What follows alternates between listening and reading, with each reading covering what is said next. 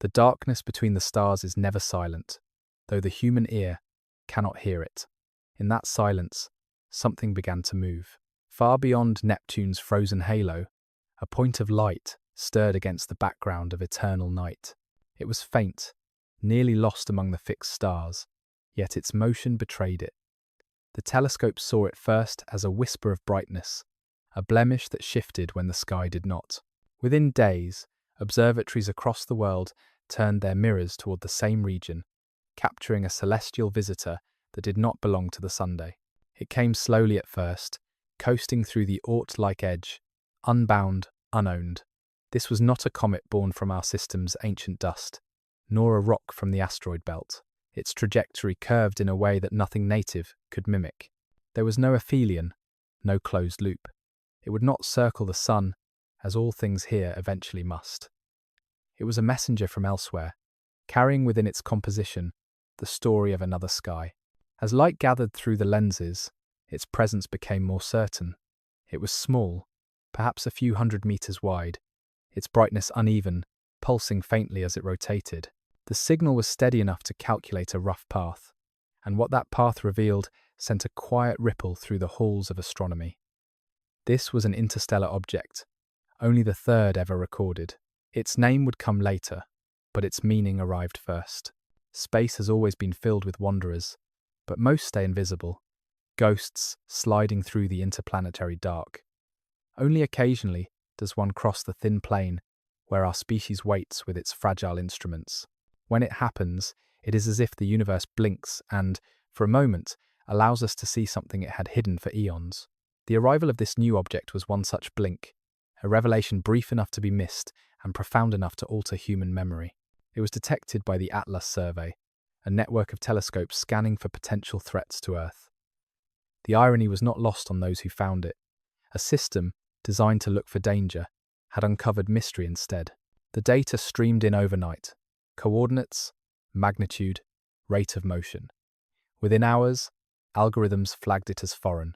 It came not from the sun's gravitational nursery, but from deep interstellar space, a fragment of an unseen system, a grain of another world. Astronomers gave it the provisional name 3IATLAS, marking it as the third interstellar object ever observed. Before it, there had been Oumuamua and Borisov, two heralds that had already reshaped our understanding of celestial migration. Yet 3IATLAS was different. Its light curve shifted in irregular patterns. Its spectrum hinted at materials that reflected sunlight unevenly, suggesting not ice alone but complex chemistry. To some, it looked like a body partially fractured, shedding pieces as it entered the gravitational influence of the Sunday. To others, it looked deliberate, a controlled descent into the inner system. The discovery was made public in the quiet hours of early morning. News agencies reported it as another curious cosmic event, but among astronomers, something more personal took root. They understood how rare such visitors were. Each one carried data not merely from another place, but from another time. The matter inside 3IATLAS had formed around a distant star billions of years ago. Its atoms had felt the pull of another gravity, the light of another dawn. As it moved inward, its path crossed the orbits of Neptune and Uranus, then swept toward Mars. The calculations showed a gentle but undeniable approach toward the red planet, a rendezvous written by chance or by cosmic intent. No one could yet say which. In the days that followed, telescopes across both hemispheres began nightly watch. Observatories from Chile to Hawaii, from Canary Islands to South Africa, each turned their domes to trace the faint arc.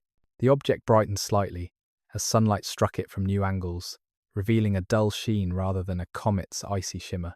There was no clear tail, no vapor plume. It moved with the patience of something old and unhurried, its silence louder than any signal, and in that silence, imagination filled the void.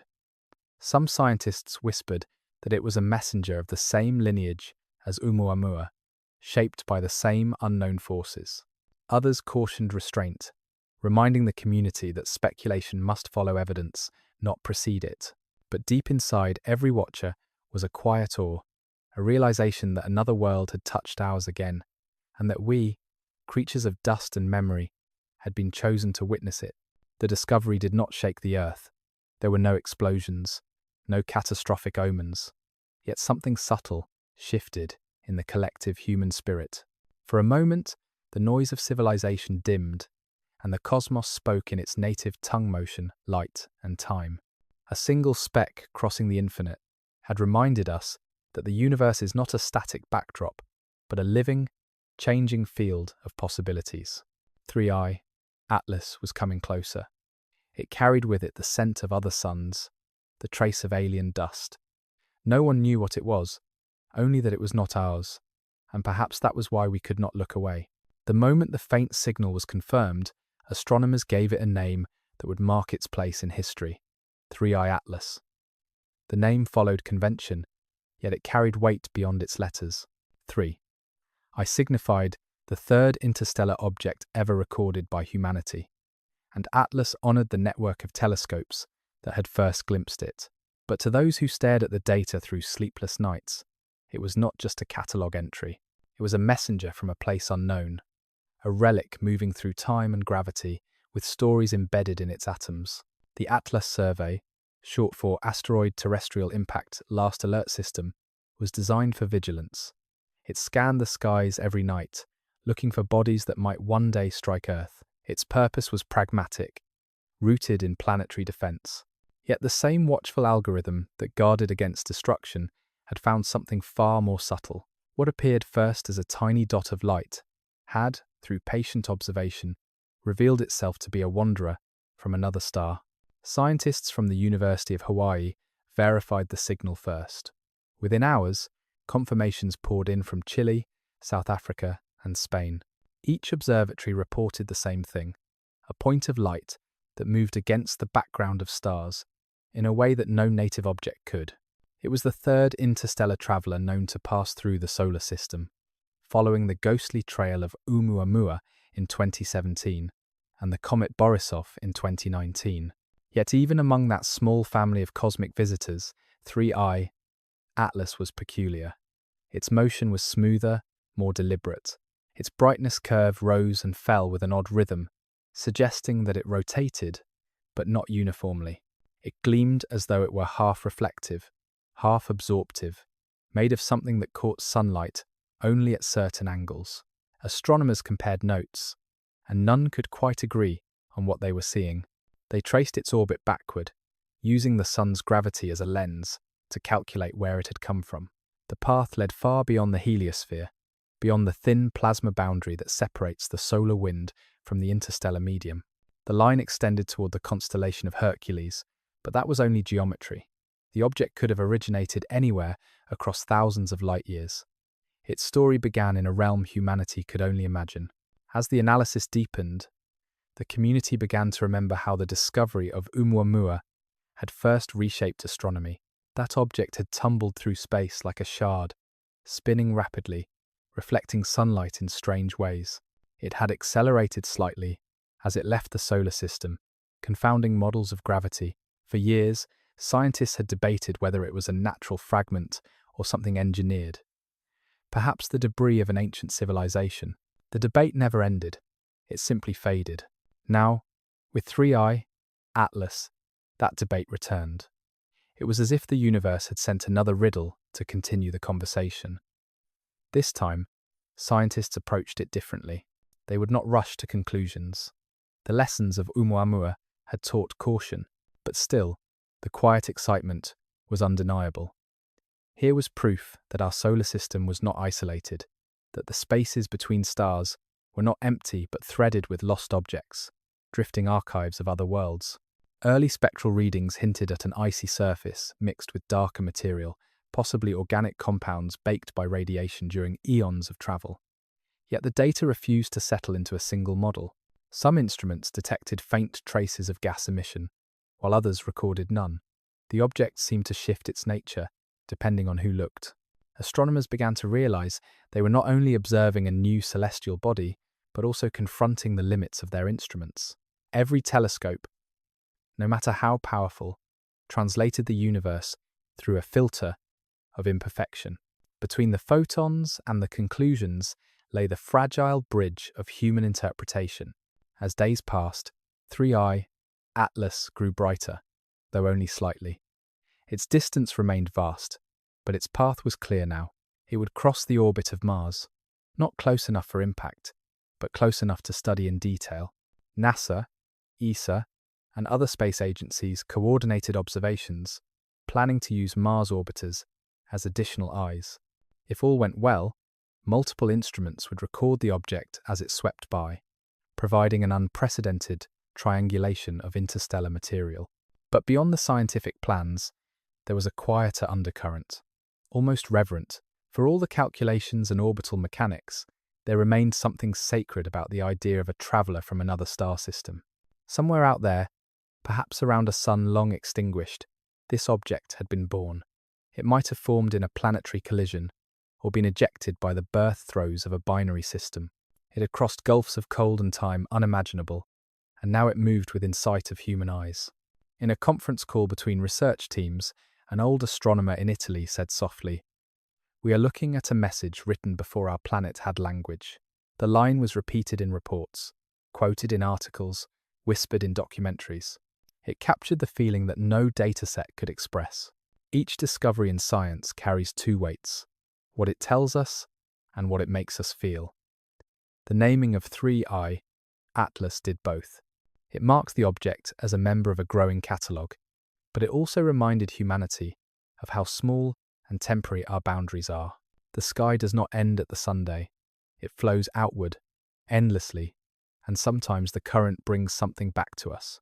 As the coordinates shifted nightly, and the light from 3IATLAS flickered through clouds and atmosphere, astronomers prepared for the next phase, studying its substance, its motion, and its impossible silence. The name was recorded in databases, but the meaning was still unfolding. The universe had opened its hand once again, and within its palm lay a mystery moving steadily toward Mars. As the name 3IATLAS spread through the scientific world, the faint light of the object continued to intensify. The first full images were grainy and dim, yet every pixel carried a kind of reverence. Against the still black of space, the object shimmered faintly, surrounded by a mist that did not belong to the stars behind it. At first glance, it resembled a distant comet, a pale traveler trailing vapor from sublimating ice. But closer analysis revealed something more subtle. The glow did not behave like a normal tail. It shifted in unpredictable patterns, bending light unevenly, as though the particles around it were not entirely material. The Subaru telescope in Hawaii captured one of the clearest early sequences. Over 3 consecutive nights, the object's path was mapped across the background of the constellation Leo. In those frames, astronomers noticed a faint asymmetry, a brightening at one edge of the object, followed by a soft pulse of dimming. It rotated irregularly, perhaps tumbling, perhaps responding to forces unseen. Soon, the European Southern Observatory joined the search. They trained the Very Large Telescope on the coordinates and measured its albedo, the reflectivity of its surface. The numbers came back strange. It reflected light unevenly, suggesting a textured surface of mixed composition. Parts of it absorbed almost completely, while others gleamed sharply, as if metallic. The pattern did not match any known comet nucleus or asteroid composition within our solar system. In low orbit, satellites added another layer of observation. The Gaia Space Observatory refined the parallax data, confirming beyond doubt that the trajectory was hyperbolic. This object was not looping around the Sunday. It was passing through. Once it crossed the plane of Mars, it would continue outward again, vanishing into deep space just as quietly as it had arrived. Astronomers began to calculate the odds of intercepting such a body. The numbers were staggering. For every interstellar traveler detected, billions more likely pass unseen, invisible to our telescopes. The solar system, vast as it is merely a thread in an ocean of motion. Yet somehow, this one had drifted close enough for us to see. The statistical improbability of that alignment added another layer of wonder. At NASA's Jet Propulsion Laboratory, a team of orbital mechanics specialists ran simulations. They mapped the object's position over the coming months, using gravitational models to predict its path with precision. It would approach Mars at a distance of less than 50 million kilometers, close enough to be studied by the orbiters already circling the red planet. Engineers began adjusting instrument schedules, preparing for the brief window when the visitor would be close enough to catch in their lenses. In the public sphere, curiosity spread quickly. News outlets described it as a ghost from another star, and for once, the metaphor felt justified. Artists imagined it as a crystalline fragment, a shard of alien worldhood drifting across eternity. But within the scientific community, caution prevailed. The last time an interstellar object had appeared, the debates about its nature had bordered on the metaphysical. This time, the effort was to remain grounded, to let data speak first. Still, the data itself refused simplicity. Radio telescopes scanning the same region of sky detected faint fluctuations, as if solar wind particles were scattering unusually. A few scientists speculated that 3IATLAS carried an extended cloud of dust or gas, invisible except in certain spectra. Others thought the effect could be due to interplanetary magnetic interference. The signals were weak, easily drowned by cosmic noise, but they lingered, impossible to dismiss. Each observation fed into a shared database used by astronomers around the world. Patterns began to emerge. The object's surface temperature appeared slightly warmer than expected for its distance from the Sunday. It should have remained frozen solid, yet readings hinted at mild thermal activity. Some hypothesized that trapped volatiles were venting through cracks, creating temporary jets that pushed it slightly off course. If so, the object was alive in a mechanical sense, interacting with sunlight, changing its motion through minute emissions. And yet, something did not fit. The jets, if they existed, should have been visible, but no one could find them. No tail, no steady plume of escaping gas, only a subtle shift in velocity, measured by the tiniest redshift of reflected light. It was a puzzle nested within another puzzle, a whisper of force where there should have been silence. Scientists began discussing parallels to Oumuamua again, the first interstellar object that had displayed similar acceleration. Theories multiplied: radiation pressure, outgassing, or perhaps the release of hydrogen trapped in its core. Each hypothesis carried fragments of truth, but none explained everything. 3IATLAS seemed to follow its own laws. As the days passed, more instruments joined the watch. Amateur astronomers across the globe contributed images, stacking exposures to reveal the visitor's faint motion. The collective gaze of humanity focused on a single moving point, a grain of brightness that had crossed unimaginable distances to pass briefly within our sight. There was a poetry to it that no data table could capture. Humanity, bound to one fragile planet, had once again been brushed by the infinite. The light that reached our telescopes had left 3IATLAS long before the rise of human civilization. It had travelled through dust clouds, past dead stars, across the void where nothing survives except motion. And now that same light was finding its way into our instruments, our eyes, our understanding. Somewhere, in that flicker of brightness, lay the possibility of connection. It was not a message in any literal sense, but a reminder that the universe is full of crossings, moments when trajectories intersect by chance or by some deeper symmetry. For now, astronomers simply watched, measuring each photon, trying to decode what it meant for something to wander so far for so long, only to be seen at last. The first glimpse had become a vigil, and risen. 3IATLAS was no longer a distant anomaly.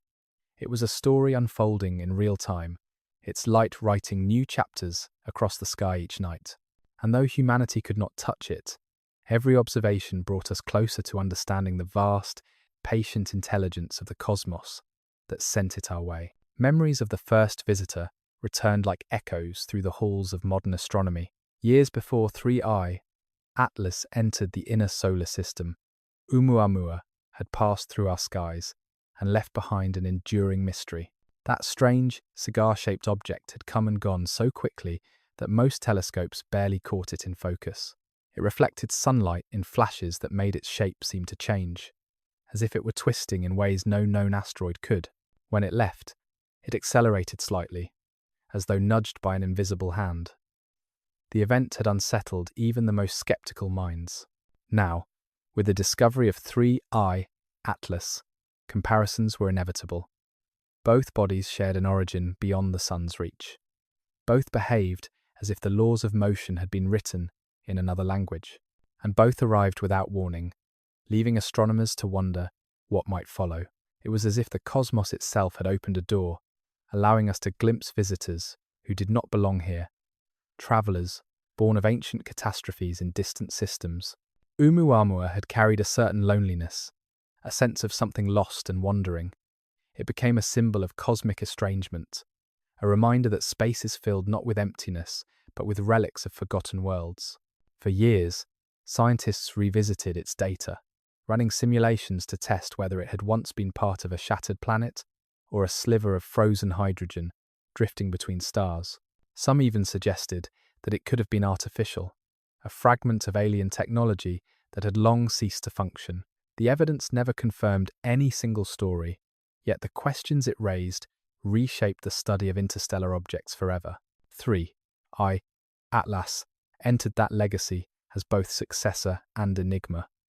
It appeared less erratic, more cohesive, almost graceful in its motion. Its trajectory brought it near Mars, a coincidence that filled researchers with anticipation. Mars orbiters were ready to capture what Earth's telescopes could not, offering the chance to see an interstellar object up close for the first time. Plans were drawn, observation windows calculated to the second. What had once been impossible was now a tangible opportunity. The similarities between the two objects inspired deeper theories. Some scientists proposed that Oumuamua and 3IATLAS might share a common ancestry. Perhaps they had both been flung into space by the same stellar event, ejected fragments from an ancient binary star system or a long-dead planet. The odds of that seemed impossibly small, yet the universe often defies probability. Others believed they were part of a larger population, millions of interstellar wanderers silently crossing the Milky Way, unseen but ever present. The discovery of 3IATLAS rekindled philosophical questions that Oumuamua had first awakened. What does it mean for the human species to detect the debris of other worlds? Are we witnessing the remnants of creation or the ashes of extinction? If these objects were once parts of living planetary systems, then each carries within it the chemical memory of another dawn, another civilization, another sun. The public watched the developments with a mixture of fascination and unease. The idea of foreign objects entering our solar system stirred imagination. News anchors spoke of possible signs of intelligence, while scientists urged caution, reminding the world that strangeness is not proof of intent. Yet beneath their restraint, many shared the same quiet wonder. Each discovery blurred the line between the familiar and the infinite. Oumuamua's story had ended with uncertainty, but it had also taught humility. The universe is not bound to satisfy human expectations. 3IATLAS seemed poised to continue that lesson. Observatories measured its rotation rate, and something curious appeared. It did not spin chaotically, as Oumuamua had. Its rotation was steady but uneven, punctuated by small fluctuations. It was as if it responded to subtle pressures, gentle adjustments no one could yet identify. Astrophysicists began to explore new models of motion, including the possibility that interstellar radiation, dark energy fields, or even quantum-scale forces could influence small bodies over great distances. The conversation expanded beyond astronomy, touching philosophy, quantum physics, and cosmology. Once again, the border between science and speculation blurred. Comparisons continued. If Oumuamua had been a ghost, 3IATLAS was something more deliberate. It carried itself with composure, its path clear and unwavering.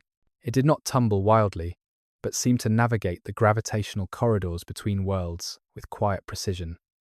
To some, it felt almost intentional, though no one dared to define what that might mean. As images accumulated, the object's light signature revealed faint color variations. Some wavelengths suggested carbon compounds, others silicates. A few readings hinted at something metallic. These traces drew attention from planetary scientists, who theorized that 3IATLAS could be a fragment of a differentiated body, perhaps a piece of a planetary crust or mantle torn away long ago.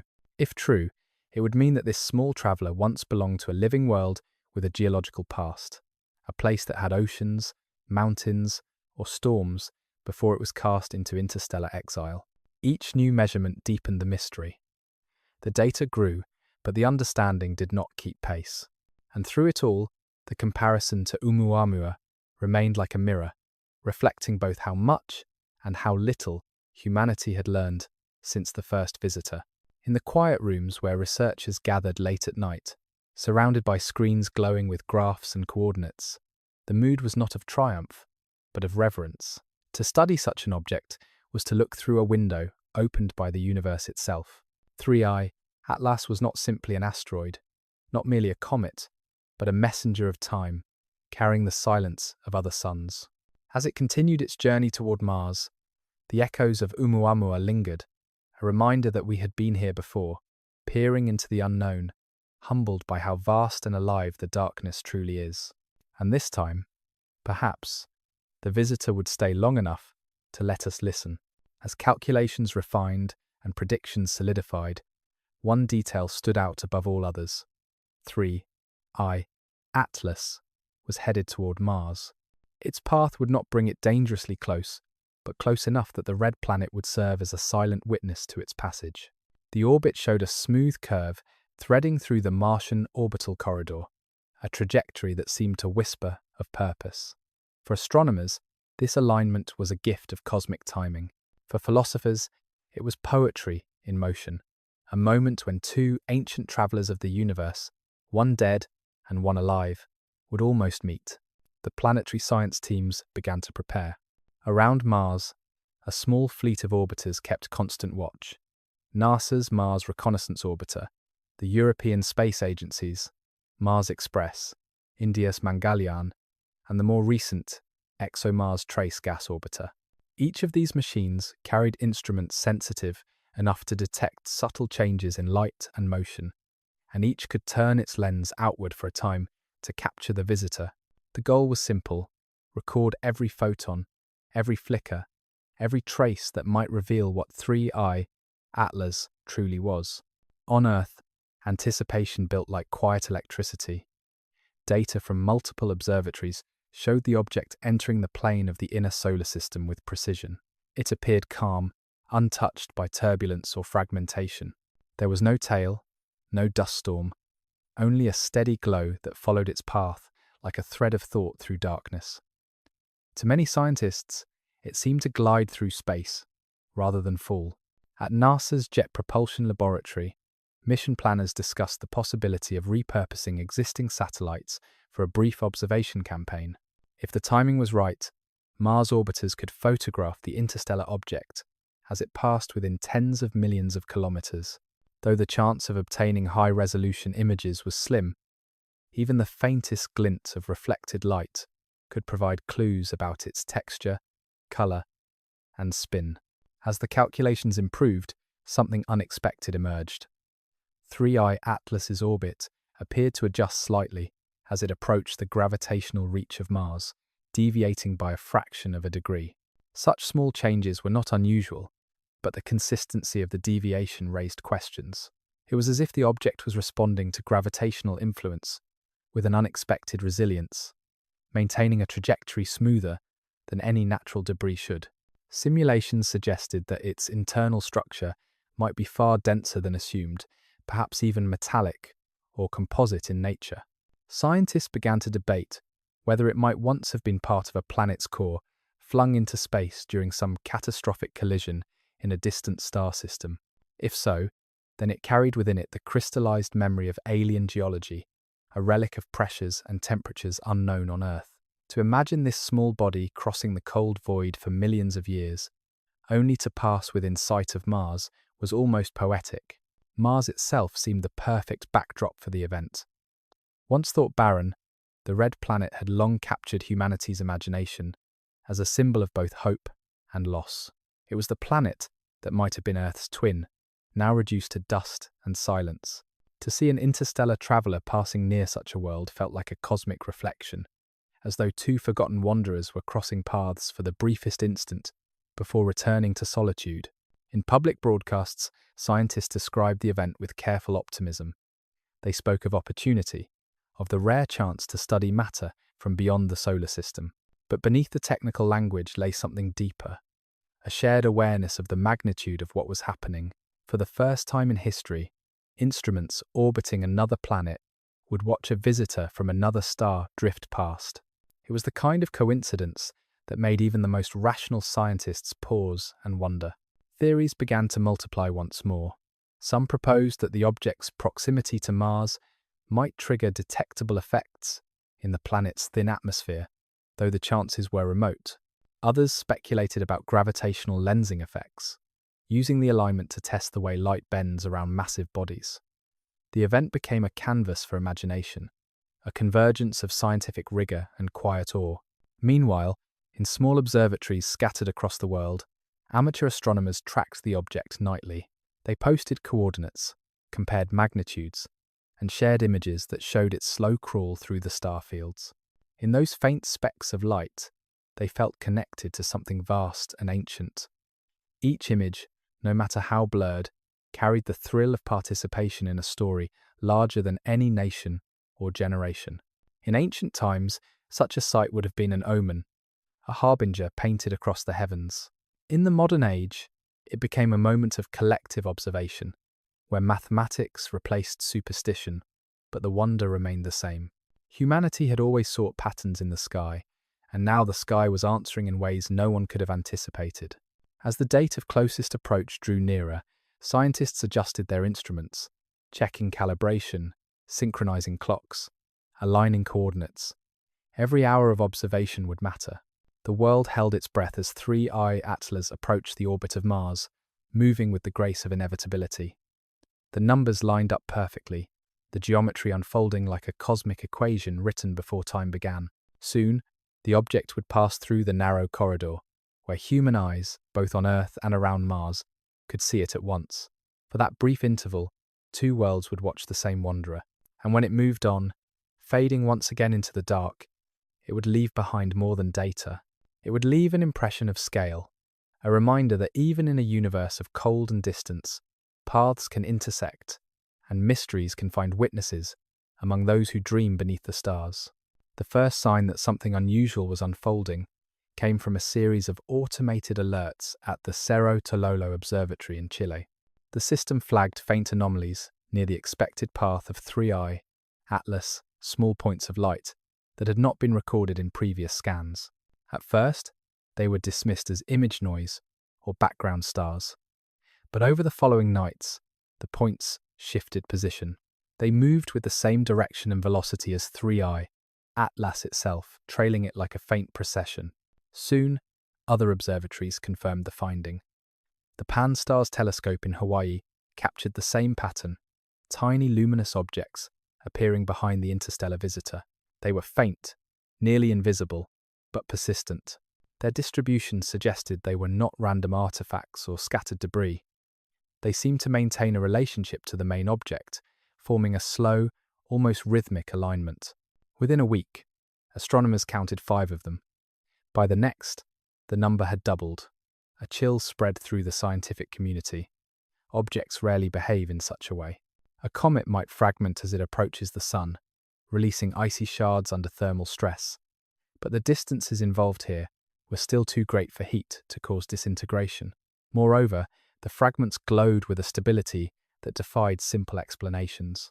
They were not tumbling pieces of rock, but self-consistent points of reflection. The world began to pay attention again.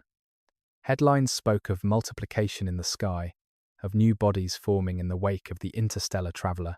Though the language was poetic, the truth was stranger than metaphor. Something near Mars was generating new companions, and no one knew why. Teams of astrophysicists began modelling possible scenarios. The simplest explanation was fragmentation, the natural cracking of a brittle object under stress. Yet the brightness ratios between the fragments did not fit the model. Each object shone with nearly the same intensity, as if made of uniform material and released in precise intervals. That symmetry troubled the experts. Nature tends to favour chaos, not perfection. At the Harvard-Smithsonian Center for Astrophysics, Dr. Leila Serrano proposed an alternate theory. She suggested that the fragments might not be physical separations at all, but luminous reflections from rotating surfaces, mirroring sunlight from specific angles as 3IATLAS spun. This would create the illusion of multiple bodies when, in truth, there was only one. The idea briefly calmed speculation until the data from the Mars Reconnaissance Orbiter arrived. The orbiter's high-resolution camera had captured the region during its scheduled observations. When the images were processed, there was no ambiguity. The additional lights were real. They maintained distinct trajectories, each moving independently, though still bound by a shared vector. They were not reflections, not illusions, but physical entities. The discovery sent ripples through every research institution involved. Suddenly, the simple narrative of a lone interstellar visitor had fractured into something far more complex. The object was not merely passing through, it appeared to be reproducing. The tone of the scientific discussion began to change. Words like fragments gave way to secondary bodies. Instead of debris, researchers used companions. The language of astronomy shifted subtly from mechanical description to something more organic. Some called the new body's offspring, half in jest, half in awe. Still, caution prevailed. Astronomers searched for parallels among known natural events. They studied comet Shoemaker-Levy 9, which broke apart before colliding with Jupiter, and the fragmentation of comet 73P, Schwarzmann-Wachmann 3. But none of these cases matched what they were seeing now. The rate of multiplication was too consistent, the spacing too even. It looked less like destruction and more like replication. As the swarm grew, scientists turned their attention to the intervals between the objects. Each maintained a specific separation from its neighbours, as if governed by an unseen rhythm. Mathematicians calculated ratios that resembled orbital resonances, patterns found in planetary systems and the rings of Saturn. How could fragments of a passing rock obey such order? Some began to speculate that the objects were responding to fields rather than collisions. Magnetic resonance, electrostatic repulsion, or even quantum effects were proposed as explanations. Others wondered whether the entire phenomenon could be an illusion of light bending through interplanetary plasma. Yet the data from multiple wavelengths refuted that idea. Each instrument, from optical to infrared to ultraviolet, confirmed the same reality. The objects existed, and they were multiplying. Public fascination turned to unease. News programs showed animations of the growing train of lights passing Mars, comparing it to a fleet or a migration. Some viewers saw beauty in it, others saw omens. Scientists tried to temper the speculation, but the truth was that even they were unsure what they were witnessing. In the control rooms of observatories, silence often followed new images. The phenomenon had crossed the threshold from curiosity to anomaly. What had begun as a single visitor from beyond the stars was now an expanding procession of unknowns. Each new frame of data only deepened the mystery. Theorists began to ask uncomfortable questions. Could the multiplication be a reaction to solar radiation or gravitational resonance? Could the object contain volatile compounds reacting in chain sequence? Or was this something else entirely, something that defied chemical and mechanical reasoning? No one dared to reach for the most extraordinary interpretations, but the thought hovered unspoken. What if this was not a natural event? What if the visitor carried an internal process, one designed to replicate rather than decay? The night skies above Earth, filled with quiet watchers, both professional and amateur, staring into the same patch of darkness. There, beyond the orbit of Mars, a faint train of lights traced across eternity, whispering of forces no one yet understood. Data poured in from every instrument humanity had pointed at the sky. The discovery of the multiplying objects had sparked an unprecedented wave of coordination between observatories. Every wavelength was called into service. Optical telescopes measured visible brightness. Infrared arrays scanned for heat signatures. Radio antennas reached for faint emissions that might betray chemical reactions or hidden structure. Across continents, computers hummed through the night, processing petabytes of information in search of patterns that might make sense of what was unfolding beyond Mars. Each observatory contributed its own fragment of truth, Together, those fragments began to form a picture that was both clearer and more confounding. In visible light, the objects appeared steady and symmetrical, tiny luminous beads drifting through the black. In infrared, they shone with a warmth that should not have existed at that distance from the sunday. The readings suggested internal energy, faint but measurable, as if they retained heat from an unknown source. Spectroscopic analysis brought further surprise. When researchers separated the light into its component colours, they found traces of materials that defied classification. Some of the absorption lines matched carbon-rich compounds common in comets. Others indicated silicates and metals associated with asteroids. But a third group of lines corresponded to nothing known, not in the catalogues of meteorites, not in the spectral libraries of stars. These lines glowed faintly blue, then vanished, as though the elements responsible existed only in unstable states. The results sparked fevered discussion. Perhaps these were isotopes formed in the violent heart of a dying star.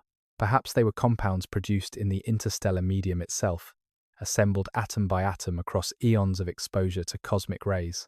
Every hypothesis seemed both possible and incomplete. The data refused to settle into one narrative. At the European Space Operations Centre, a cluster of scientists reviewed the signals hour by hour. They noticed an anomaly in the radio frequencies near 8 GHz. It was not a transmission in the conventional sense, but a subtle oscillation in the reflected radar returns. When graphed, it produced a repeating wave pattern, as though the surface of the objects were modulating the signals in a rhythm too regular to be random. Some dismissed it as instrument noise. Others were not so sure. A sense of awe began to take root. The scientific method demanded restraint, but the imagination of those who watched could not help but wonder. What if these patterns were not incidental? What if the multiplication of the objects and the pulsing of their reflections were both aspects of the same process, a process beyond anything yet understood?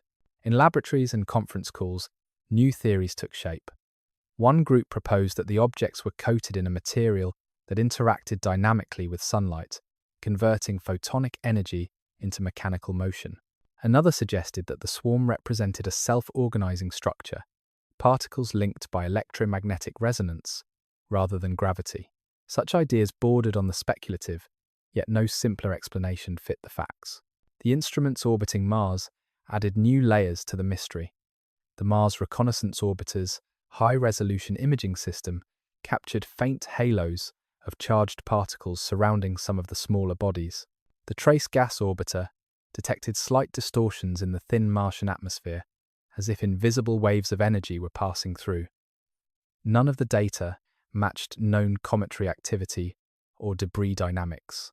Scientists working with the James Webb Space Telescope were granted emergency observation time. The telescope's infrared sensors, peering from beyond Earth's atmosphere, locked onto the region. The images that returned were breathtaking. Against the starfield, 3IATLAS appeared as a glowing core, surrounded by an expanding chain of luminous dots. Each one reflected light in perfect phase with the others, their synchronized brightness rising and falling in a slow rhythm, like the beating of a cosmic pulse. At that moment, the debate transformed into something larger than science. Commentators spoke of choreography, of intention, of patterns that seemed to whisper of intelligence. Scientists tried to temper such talk, but privately, many admitted to being unsettled. Nature had never displayed this kind of symmetry at such a scale. It felt as though something immense and ancient was revealing a small piece of its design. Data scientists compared the rhythm to natural cycles, pulsars, stellar oscillations, even biological heartbeats. The periodicity matched none of them precisely, yet it carried a mathematical grace that echoed through the equations of resonance and harmony. Ratios of light intensity between the objects aligned with harmonic intervals known from quantum physics and acoustic theory. The pattern was too elegant to ignore. As the findings spread, public fascination became obsession. Millions tuned in to live streams from observatories. Animation studios rendered visualizations of the objects moving through space like glowing seeds adrift on invisible tides. The internet filled with interpretations, from scientific curiosity to mystical prophecy. Humanity, watching together, found itself in collective wonder once again, caught between knowledge and mystery. Back in the observatories, the researchers continued their work with renewed intensity. For them, the spectacle was not about meaning, but measurement. They refined the orbital data, calculated gravitational influences, and watched for deviation. Yet even as they worked, they could not escape the feeling that something beyond numbers was taking shape. The sky was performing in ways it never had before, and the instruments were merely catching fragments of a vast and silent symphony. The data surge did more than record an event. It reshaped the boundaries of what could be observed. 3I, Atlas and its companions, had become a mirror reflecting the limits of human comprehension. In every frequency, in every wavelength, the same paradox emerged. The universe was showing itself, but not explaining itself. The scientific community found itself caught between disbelief and responsibility. The phenomena surrounding 3I, Atlas demanded explanation, but the explanations kept breaking under their own weight. The first step was to confront the simplest possibilities. Perhaps, some argued, the observations were errors born of overexposure or calibration drift. Sensitive instruments could misread data under cosmic radiation, producing false patterns. Yet every team across the world, from Mauna Kea to Paranal, reported the same results. The instruments disagreed on many things, but not on this. Meetings multiplied across time zones. Video walls flickered with faces of researchers from every major observatory. They spoke in clipped, exhausted tones, comparing models and ruling out known causes one by one. Gravitational resonance, electrostatic attraction, mechanical breakup, plasma interference. Each was tested, modelled, and discarded. The multiplying objects refused to behave like any known natural debris. One of the most striking findings came from the analysis of motion. When the trajectories of the secondary objects were plotted, they revealed no randomness. Their relative spacing followed ratios common to harmonic resonance, a mathematical relationship that often appears in music, quantum mechanics, and orbital systems under delicate balance. It was as if the fragments were aware of one another's presence, adjusting to maintain equilibrium. In the scientific literature, such harmony between moving bodies is rare. Nature's preferred language is chaos. Collisions, disruptions, and turbulence are the norm. Even stable orbits wobble over time. Yet this chain of interstellar objects moved as though choreographed by an unseen principle. The longer they were observed, the more intricate the dance became. Skeptics continue to push for simpler interpretations. Some pointed to sublimation, where volatile ices trapped inside could evaporate as sunlight warmed the surface. This process could, in theory, create thrust and cause parts of an object to separate. But the energy required for that pattern would be inconsistent with the object's distance from the sunday. Others mentioned micrometeorite impacts or the gravitational tides of Mars. None of these ideas survived more than a few rounds of scrutiny. For the first time in decades, seasoned astronomers admitted that the phenomenon might represent something entirely new. The word new carried a quiet fear. New meant unexplained. Unexplained meant unstable. If 3IATLAS was acting under principles not yet understood, it might also be a signal that our models of interstellar mechanics were incomplete. In Cambridge, an astrophysicist named Dr. Arun Patel suggested a controversial idea. Perhaps, he argued, these were not individual bodies at all, but expressions of a single field structure. The object could be a condensed node of interstellar plasma, reacting to electromagnetic gradients and generating temporary condensations that appeared solid. If correct, it would mean 3IATLAS was not a solid object in the traditional sense, but an evolving configuration of matter and energy. The idea drew both fascination and skepticism. Others explored gravitational lensing as a possible explanation.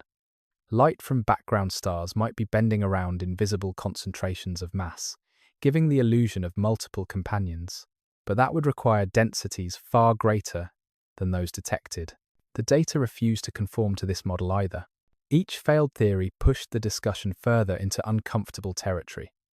If natural causes could not explain the pattern, what else remained? Some quietly mentioned the possibility of self-organization, a concept drawn from complex systems theory. In certain chemical and biological systems, matter can spontaneously arrange itself into ordered patterns when energy flows through it. Could something similar occur on a cosmic scale? The idea seemed impossible, yet the evidence began to whisper otherwise. Public speculation grew restless. Documentaries, podcasts, and late-night discussions filled the digital air with conjecture. The phrase scientific shock began to appear in headlines, not because the phenomenon threatened catastrophe, but because it threatened comprehension. It was not the end of the world, but the end of certainty. For many scientists, the shock was deeply personal. Their entire careers had been built on the foundation of predictable physics. Every law had its domain, every anomaly an explanation waiting to be uncovered. But this event unfolded in defiance of those expectations. It was like watching a familiar symphony suddenly shift into a scale no human ear had ever heard. The emotional toll became visible in interviews. Researchers spoke softly, eyes tired, voices wavering between awe and fatigue. They were witnessing something too large to name, too intricate to categorize. It was not only the data that unsettled them, but the realization that, for once, the universe had reminded humanity of its humility. Philosophers and historians of science began to compare the moment to earlier paradigm shifts. Copernicus displacing Earth from the center, Newton explaining motion with gravity, Einstein warping the fabric of space-time. Each revolution began with confusion, with phenomena that seemed to violate what everyone believed.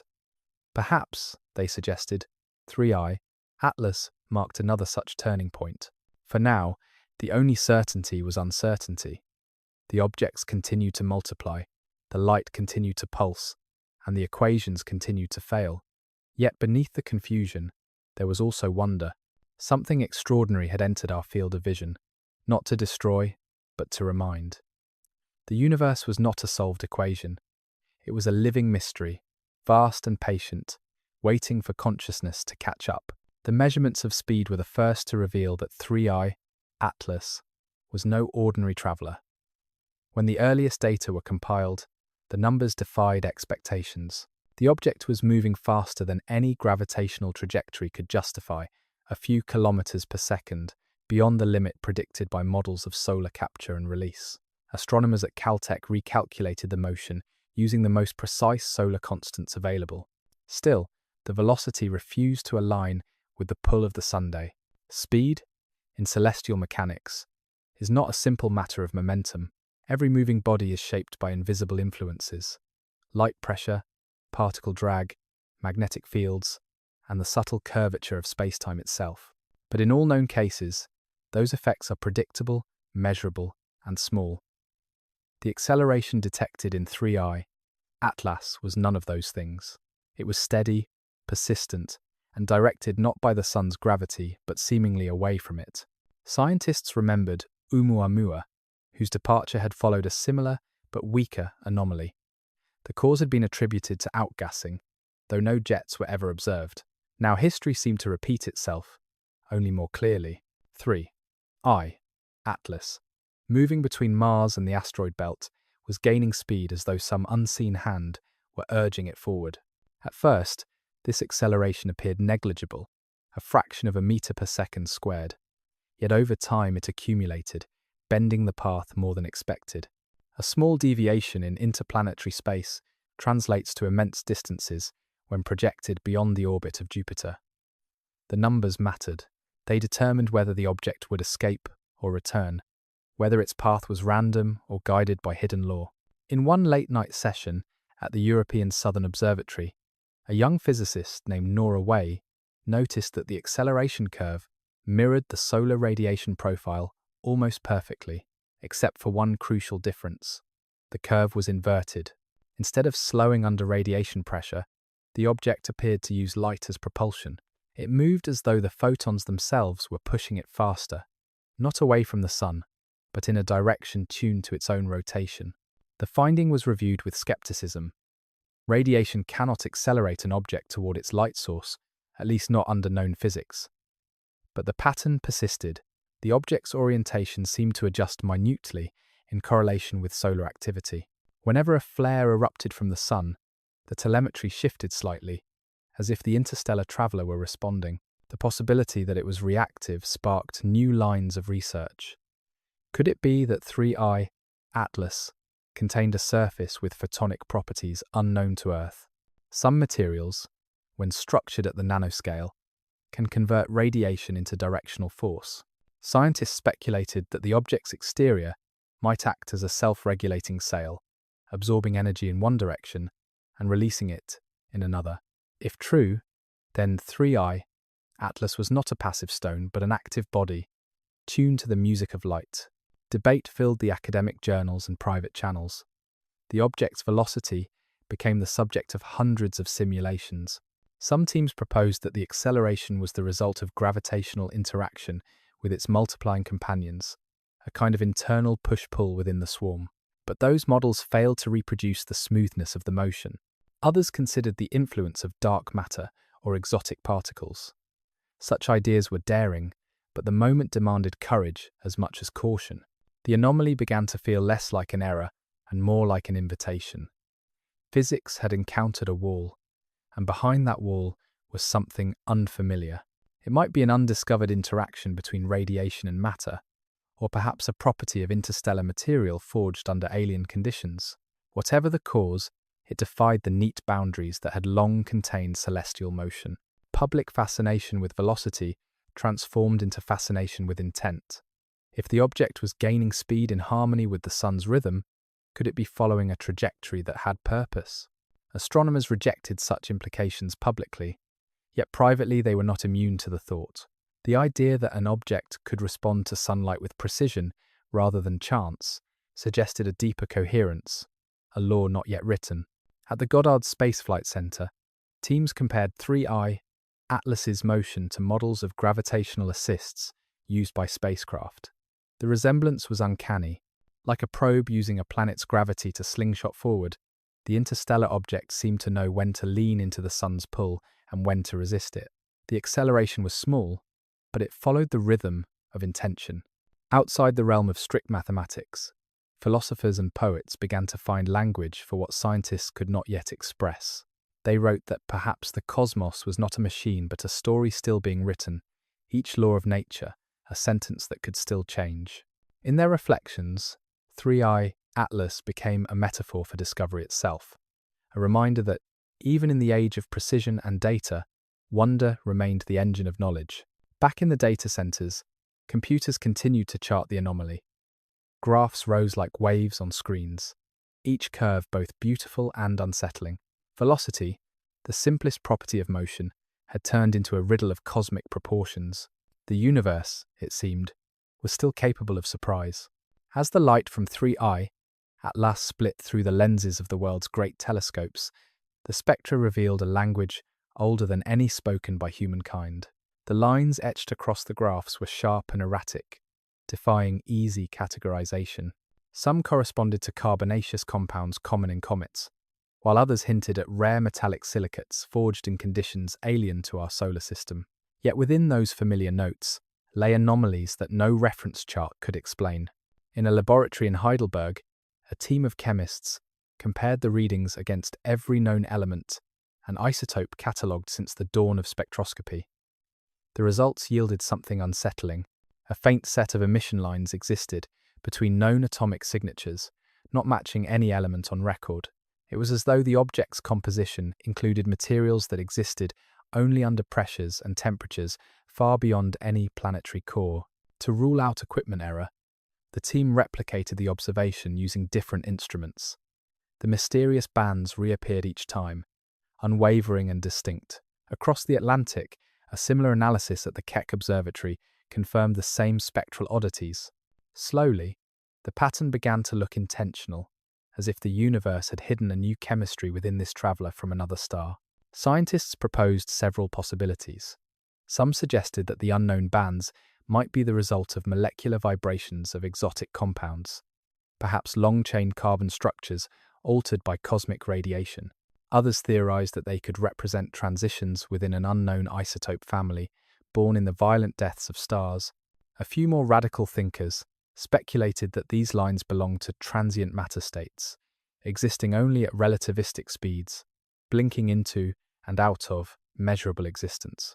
One researcher described the data as whispers from matter older than the Milky Way itself. It was poetic, but not far from truth. The age of the interstellar object could not be calculated precisely, yet its radiation exposure suggested that it had travelled for millions, perhaps billions, of years before arriving here. It carried within it a record of everything it had ever passed: supernova remnants, galactic dust clouds, and the radiation fields between galaxies. Its atoms were the scribes of cosmic time. Among the most striking features was a narrow spike in the ultraviolet range. It did not correspond to any natural emission process known to occur in small bodies. The spike pulsed faintly, repeating at intervals of exactly 7.3 minutes. That rhythm baffled observers. The idea of regular pulsing suggested rotation, but the light curve analysis contradicted it. The object rotated much more slowly. Something within it was oscillating, though no one could yet say what. This discovery drew the attention of particle physicists, who saw in the data a hint of interaction between radiation and subatomic fields. They proposed that 3IATLAS might contain deposits of super-heavy isotopes or traces of decayed exotic particles that had never been observed in terrestrial laboratories. If confirmed, this would mean the object was not only a geological artifact, but a physical record of the high-energy events that shaped the early universe. For months, the data circulated among institutions like coded scripture. Every analysis produced more questions than answers. Some results suggested that the unknown spectral lines were stable and repeating, while others showed them shifting subtly over time. It was as though the materials themselves were changing, adapting, or reacting to the sunlight bathing them for the first time in eons. Amid the technical papers and cautious statements, something profound began to take shape. 3IATLAS was not merely a body of stone and ice. It was a messenger carrying the chemistry of forgotten suns. Each molecule, each atom, was a page in the unwritten book of cosmic history. To read it was to confront the possibility that our own solar system was but one variation in a universal experiment, repeated countless times across space and time. The scientists at the European Southern Observatory described their results as a vocabulary of matter not native to this galaxy. Though the phrasing was dramatic, it captured the collective awe. For generations, spectroscopy had been humanity's translator between light and knowledge. Every star, every planet spoke through spectra. Now a voice had arrived, speaking a dialect that no one could decode. As more data came in, new elements of the puzzle emerged. Some wavelengths implied crystalline order, suggesting that the surface of 3IATLAS might contain lattice structures similar to those found in metals or manufactured alloys. Others pointed to amorphous, glass-like materials typical of cometary ice. The coexistence of both was baffling. It hinted at formation in environments that alternated between extreme heat and absolute cold, a history impossible to reconcile with any single star system. The findings reached the public through scientific briefings, documentaries, and digital observatories, where citizens could view the data themselves. Commentators began to describe 3IATLAS as a molecular time capsule, a relic from the dawn of creation. The phrase spread quickly, echoing through online discussions and evening news broadcasts. Yet beneath the poetry was a sobering truth. Humanity had uncovered evidence of matter that did not belong to our periodic table. The rules that define the elements might not be as universal as once believed. In conference halls and remote laboratories, discussions turned from classification to implication. If these materials could exist naturally, then the physics governing element formation might be incomplete. Perhaps new forces operated in the deep interstellar void, forces that shaped matter in ways unimagined by earthly science. The thought was both exhilarating and terrifying. As the spectral data accumulated, one quiet realization emerged among the teams. 3IATLAS was not only revealing its own story, it was revealing the limits of ours. For all the equations, instruments, and theories, humanity still stood at the edge of mystery. looking into a darkness filled with unknown colors. As weeks passed and data accumulated, the swarm around 3IATLAS became a subject of intense speculation. Astronomers had exhausted the familiar explanations, yet the phenomenon only grew stranger. The new objects behaved with discipline rather than chaos. They neither collided nor drifted apart. Each followed a trajectory that kept it within a precise spatial relationship to the others, as though obeying a shared command. Research teams began mapping the swarm's geometry.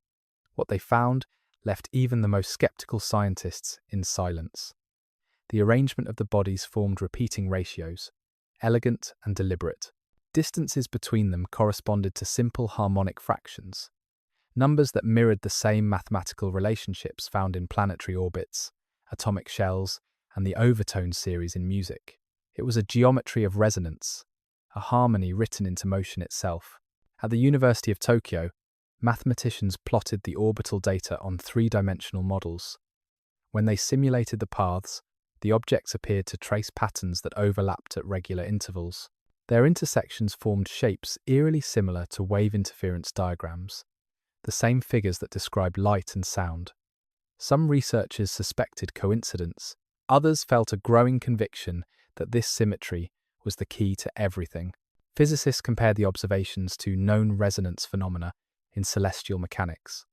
The moons of Jupiter, for example, exhibit orbital resonances that keep them locked in rhythmic stability, yet those are maintained by gravitational feedback, not self-regulating motion. In contrast, the bodies accompanying 3IATLAS maintained their harmony without any detectable gravitational anchor. Something invisible was holding the system together. At an international conference in Geneva, theoretical physicist Dr. Amira Kovacs presented an idea that stirred both excitement and unease. She proposed that the swarm might be bound by a resonance field, a dynamic network of energy created by interactions between the objects themselves. Each fragment could be emitting low-level electromagnetic waves, synchronized through feedback, creating a self-sustaining lattice. It would be the first observed example of spontaneous coherence among non-living matter on a cosmic scale. The theory was bold, but rooted in known physics. Resonance exists everywhere, in atoms, in sound waves, even in human brain activity. When systems align in frequency, they share energy efficiently, achieving stability that no single component could sustain alone. Dr. Kovacs suggested that 3IATLAS and its companions might represent a natural expression of that principle, matter finding order in vibration rather than in gravity.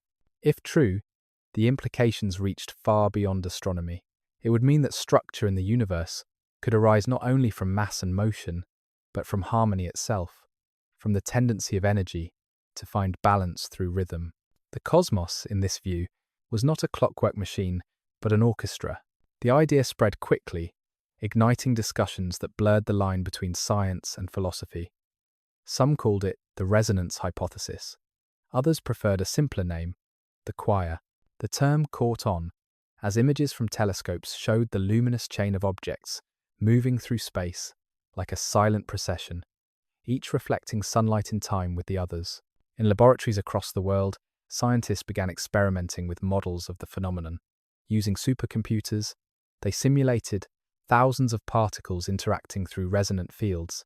Some of the digital systems stabilized themselves, forming structures that resembled rings, spirals, and filaments. A few even began to oscillate in harmony, just as the real objects did. Though the simulations were crude, they hinted that such patterns might emerge spontaneously wherever conditions allowed. Still, doubts persisted. Many physicists warned against projecting order where none existed. The mind, they argued, seeks pattern, even in randomness. Perhaps the appearance of harmony was an illusion born of limited data. The swarm could be nothing more than debris dispersing naturally. Yet each new observation seemed to erode that skepticism. The orbits remained stable, the distances constant, the pulses unwavering. Amid the debate, a small group of cosmologists pointed out something even more remarkable. The spacing ratios between the objects corresponded roughly to frequency intervals of a major musical scale. It was pure coincidence, perhaps, but the parallel fascinated both scientists and artists. Music theorists began to translate the orbital relationships into sound.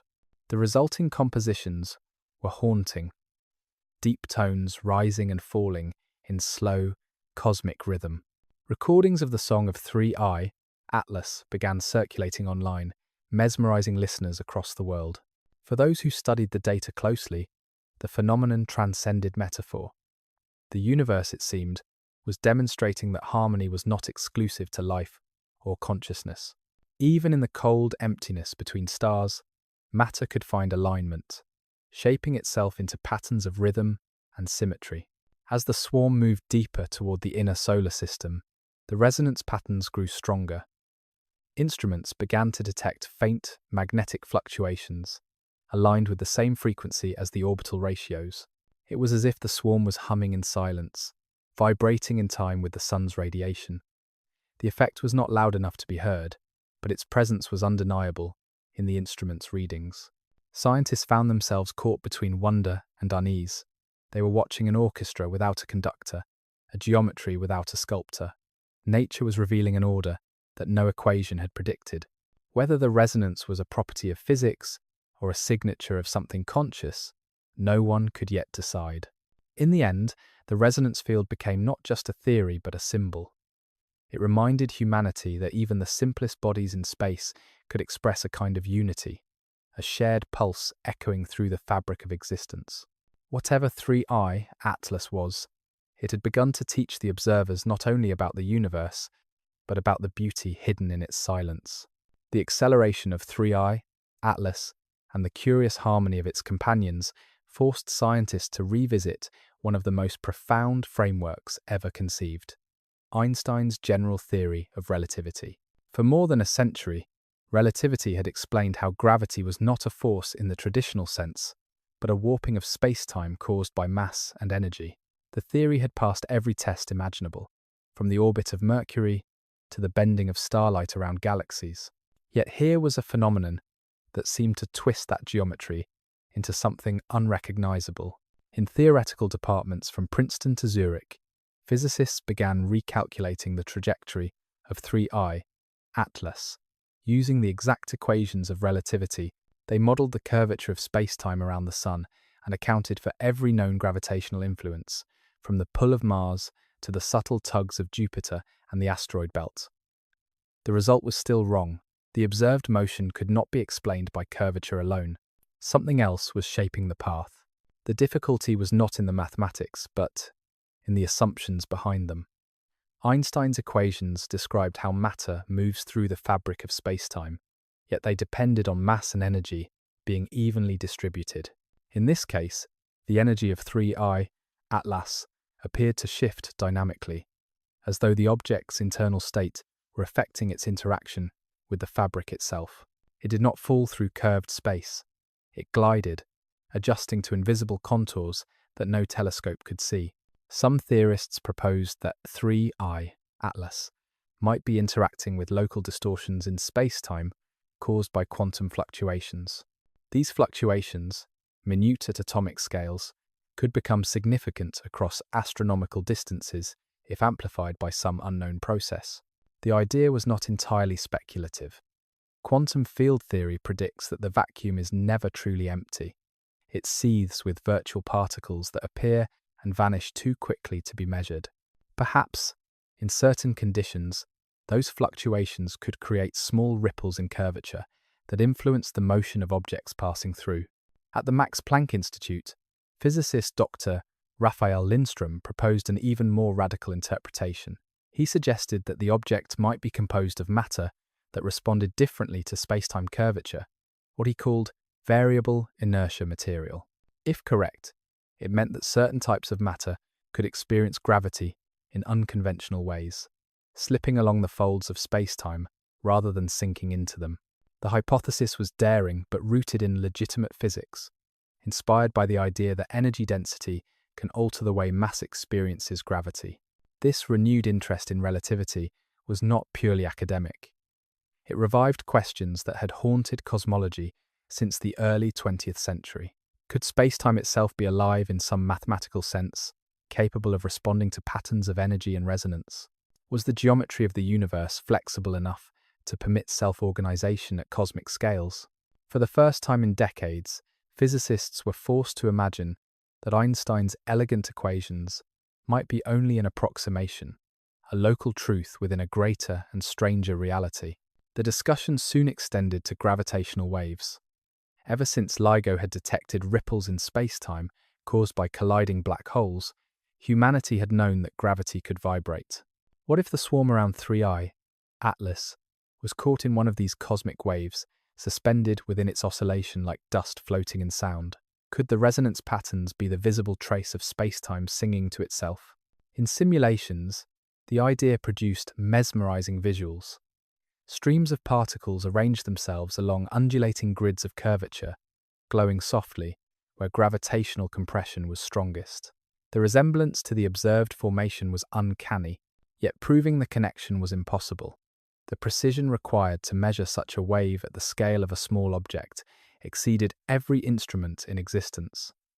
Still, the idea lingered. The universe, it seemed, might not only bend but resonate. Philosophers of science found themselves drawn into the debate. They pointed out that Einstein himself had spoken of beauty as a guiding principle in physics. He believed that the laws of nature would ultimately be simple and harmonious, even musical. Now, a century later, his vision seemed to echo in the mysterious procession of 3I, Atlas, and its companions. Harmony, curvature, and light, these were no longer metaphors, but measurable realities woven together. At observatories, the tone of conversation began to shift from confusion to reverence.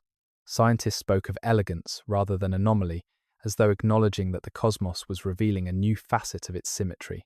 The anomalies of motion and resonance were not violations of physics, but invitations to expand its boundaries. As data continued to arrive, the interplay between gravity and light around the swarm became more pronounced. Tiny shifts in starlight suggested that the objects were bending space around them more than their mass should allow. It was as though they carried their own localized distortions, pockets of altered geometry traveling through the solar system. Theorists called these regions relativistic shells, areas where the curvature of space-time followed the vibration of the resonance field rather than the simple distribution of matter. Such ideas were speculative, but intoxicating. The universe appeared to be speaking a language of shapes and harmonics, and humanity was only beginning to learn its grammar. If the resonance field and the relativistic shells were real, they could represent a bridge between Einstein's continuum and the probabilistic sea of quantum physics. In that convergence lay the possibility of a unified theory, something scientists had sought for more than a century. In quiet moments, when the debates subsided and the instruments rested, those who had watched 3I, Atlas longest, often described a strange feeling. It was not fear, but a kind of humility, the realization that the same space-time that held their bodies to Earth also carried the song of distant travelers. To understand the object was to glimpse the universe thinking in its own mathematical poetry. Relativity, once a theory that reshaped human perception, now felt alive again, reawakened by something that moved through the sky with unhurried grace. Perhaps, some whispered, Einstein's equations had never been wrong. They were simply incomplete, waiting for a visitor from another star to remind us that the fabric of reality was still being woven. In the quiet corridors of particle physics laboratories, attention turned toward the smallest scales of existence.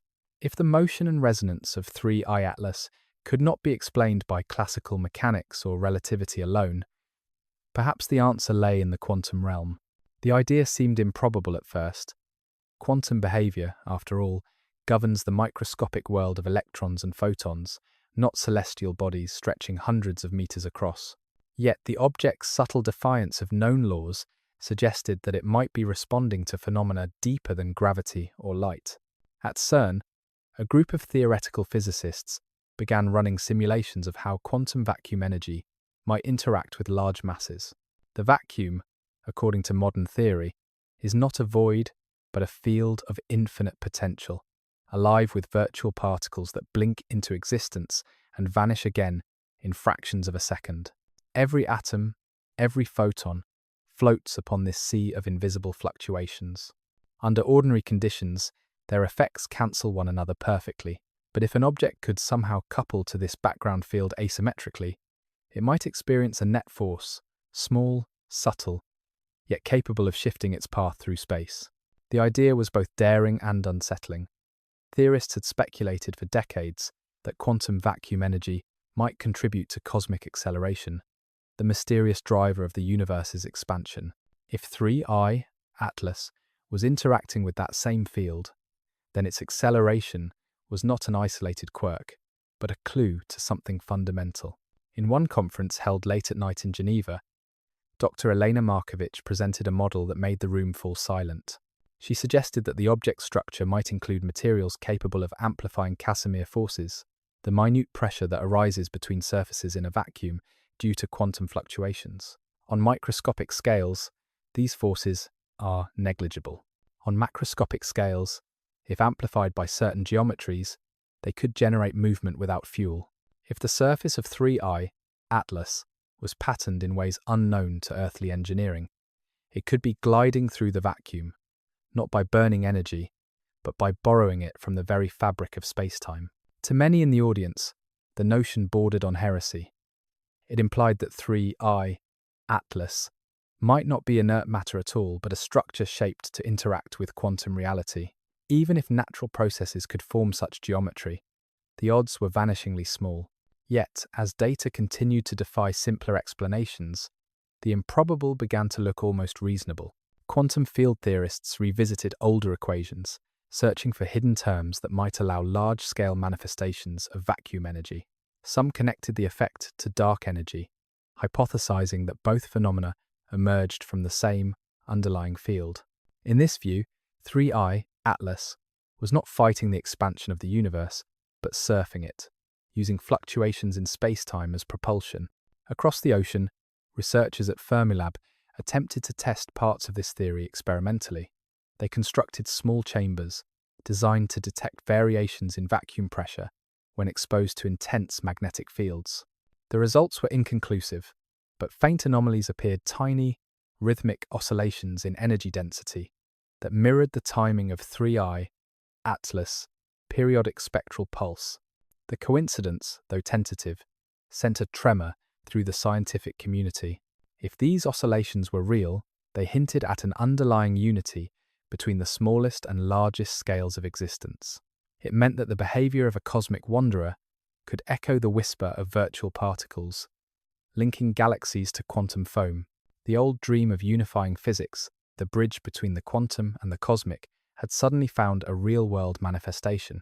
Philosophers of science began to weigh in. They pointed out that this connection challenged the long-held belief that the universe was divided neatly between scales, the microscopic and the celestial, the particle and the planet. Perhaps, they proposed, nature does not draw such boundaries. The same principles that shape atoms may also choreograph stars. If so, 3IATLAS was not an anomaly, but a teacher. Within the walls of observatories, researchers began to speak of the quantum murmur. It was the name given to the faint, rhythmic energy fluctuation detected around the swarm, a soft vibration woven into the background of data. Whether caused by instrumentation or reality itself, no one could yet determine. But its pattern mirrored the harmonics already observed in the object's orbits, a faint echo repeating across different layers of physics. The idea spread beyond the laboratories. To many, the notion that space itself might hum with unseen motion carried a strange beauty. Artists composed music inspired by the quantum murmur, translating energy spectra into sound. Philosophers compared it to the breath of the universe, an inaudible rhythm sustaining all that exists.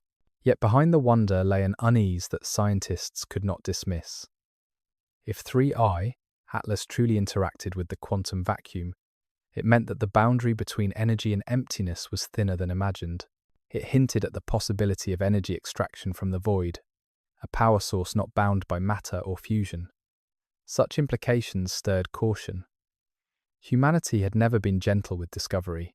Still, the data persisted, and so did the questions. Instruments detected faint shifts in background radiation each time the swarm passed through certain regions of solar space. They were small enough to hide within error margins, but too regular to ignore. Something was stirring the sea of the quantum vacuum, leaving ripples that Earth's most sensitive instruments could just barely feel. In her notes, Dr. Markovich wrote a line that would later appear in countless documentaries. "We are listening to the universe breathe." It was neither conclusion nor metaphor, but a gesture toward the immensity of what had been glimpsed. The cosmos, it seemed, was alive with motion at every scale, from the trembling of particles to the flight of interstellar travelers. And in that realization, humanity found itself standing at the threshold of a new kind of physics, one whispered rather than spoken, where even silence carried the weight of meaning. As the data grew richer, attention shifted from the small to the immeasurable. 3IATLAS and its companions did not drift through an empty void, but through the faintly luminous architecture of the cosmic web, the vast filaments of matter and energy that bind galaxies into their sprawling clusters. These filaments are invisible to the eye, yet they sculpt the shape of everything that exists. In recent decades, astronomers had mapped them using gravitational lensing and radio emissions, tracing the delicate strands of hydrogen and dark matter that weave through the cosmos like veins of light through translucent skin. When scientists charted the precise trajectory of 3IATLAS, something unexpected appeared. The object's path aligned almost perfectly with one of these intergalactic filaments, a thread of higher than average density, connecting our galaxy to its smaller satellites. At first, the correlation seemed coincidental, but as models were refined, the alignment held true. It was as if the visitor had been following this invisible road all along, guided not by gravity alone, but by the deeper scaffolding of the universe. The idea that the cosmic web might influence small objects directly was revolutionary. Conventional physics held that its effects were only significant over vast distances, shaping galaxies rather than asteroids. Yet the orbit of 3IATLAS suggested otherwise. The data hinted at a subtle interaction, a whisper of force arising from the gravitational tides of the web itself. Some cosmologists proposed that the interstellar medium within the filament was not uniform. Variations in magnetic field strength or plasma density could create corridors where the flow of particles exerted measurable influence on anything passing through. If 3IATLAS had an unusually high magnetic susceptibility or carried an electric charge, it might respond to those currents, drifting along them like a leaf carried by a cosmic river. At Harvard's Center for Astrophysics, a group of researchers began exploring this idea through large-scale simulations. They seeded virtual space with billions of charged dust grains, exposed them to the modeled electromagnetic fields of the cosmic web, and watched as some of them spontaneously aligned and accelerated. The behavior mirrored what had been seen in the swarm, objects forming ordered chains, maintaining regular spacing, and traveling together through the simulated void. The results suggested that the same principle could be operating in reality, scaled up to celestial proportions. Others went further, suggesting that the cosmic web itself might not be a passive structure, but a dynamic system. The filaments could resonate with waves of dark energy, oscillating over cosmic timescales. In such a model, 3IATLAS was not merely passing through space, but surfing on those invisible waves, carried along by the heartbeat of the universe. The thought was both elegant and disturbing, implying that the cosmos had its own rhythm, and we were only now beginning to hear it. At the Institute for Advanced Study, theorist Dr. Kamila Voronin proposed that these intergalactic filaments acted like strings in a vast cosmic instrument. When disturbed by massive events such as black hole mergers or supernovae, they vibrated, sending ripples through space-time that might persist for millions of years. If 3IATLAS happened to intersect one of those ripples, its motion could be influenced, its energy modulated, and its structure subtly rearranged. In this light, the multiplication of the smaller bodies might not be fragmentation at all, but a response to those oscillations, like droplets forming on a vibrating surface.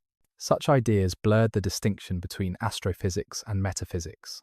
The notion that the universe could possess harmonic structures, extending across billions of light years, was not new, but now there was tangible evidence patterns in motion, symmetry and chaos, harmony, written in the trajectories of interstellar stones. When radio telescopes were directed toward the region through which 3IATLAS travelled, they recorded faint, low-frequency fluctuations that repeated in slow cycles. The signals were not artificial. They were the deep hum of plasma currents flowing through the galactic medium. For decades, these sounds had gone unnoticed beneath the higher frequencies of ordinary cosmic noise. Now, filtered and amplified, they revealed a haunting resonance, a bass note that seemed to underpin all existence. The scientists nicknamed it the cosmic choir, a term that echoed the earlier metaphors of resonance. As the data circulated, the public once again became captivated. Animations depicted luminous tendrils spanning galaxies, pulsing gently as 3IATLAS glided along them like a speck on a wave. Artists turned the data into symphonies and visual poems, translating plasma density into color and sound. The phenomenon bridged science and art, proof and wonder, reminding everyone that the cosmos was not static, but alive with hidden motion. Amid the awe, the scientific debate persisted. Was this alignment a coincidence, or did it point to a new kind of interaction between matter and the large-scale structure of the universe? Some physicists urged restraint, noting that apparent order often emerges from randomness when viewed through the limited lens of human perception. Yet even they admitted that the pattern was too precise to ignore. Gradually, a consensus began to form not of certainty, but of humility. The universe was not a collection of isolated systems, but a single, interconnected field. From galaxies to atoms, everything resonated with everything else, bound not only by gravity, but by subtle threads of energy and symmetry that transcended scale.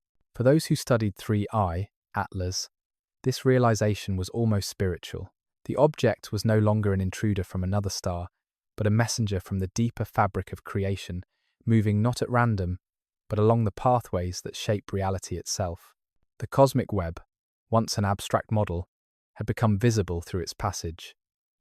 It was as if the universe had chosen this moment to reveal the strings that held it together. When the simulations ended and the screens went dark, a silence often followed. In that silence, one could feel the weight of the discovery, the sense that every particle, every beam of light, every drifting world was part of one vast design, and that 3IATLAS, gliding near Mars, was tracing its pattern across eternity. Theoretical models could go only so far. To truly understand 3IATLAS, scientists turned to the power of simulation. In quiet rooms filled with the low hum of servers, they began building digital universes in which they could reconstruct the traveler's journey. Each simulation began the same way: a cloud of dust and gas surrounding a young star, a moment of creation, billions of years in the past. Then came the forces of chaos, gravity, collision, pressure, and time unfolding at accelerated speed across the screens. The goal was to reproduce the object's composition, its strange symmetry, and above all its behavior. Using known physics, they ejected fragments from simulated planetary systems, watched them drift into interstellar space, and tracked how they reacted to galactic tides. In every model, the outcome was ordinary. Fragments either dispersed into the void or wandered in erratic paths until radiation stripped them bare. None moved with the grace or precision of 3IATLAS. That failure did not discourage the scientists. It deepened their curiosity. They began introducing variables that had never been part of traditional celestial mechanics. Some added magnetic fields shaped like those seen in pulsar winds. Others introduced hypothetical interactions between dark matter and baryonic matter, searching for the faintest effect that could mimic the observed motion. Slowly, one model began to behave in an oddly familiar way.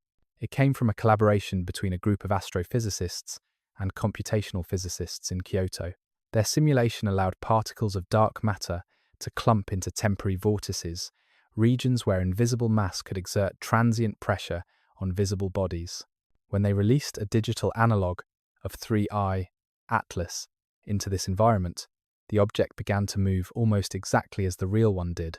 It accelerated gradually, maintained a near-perfect alignment with the flow of the dark matter currents, and even produced secondary fragments that travelled in rhythmic intervals. The similarity was startling.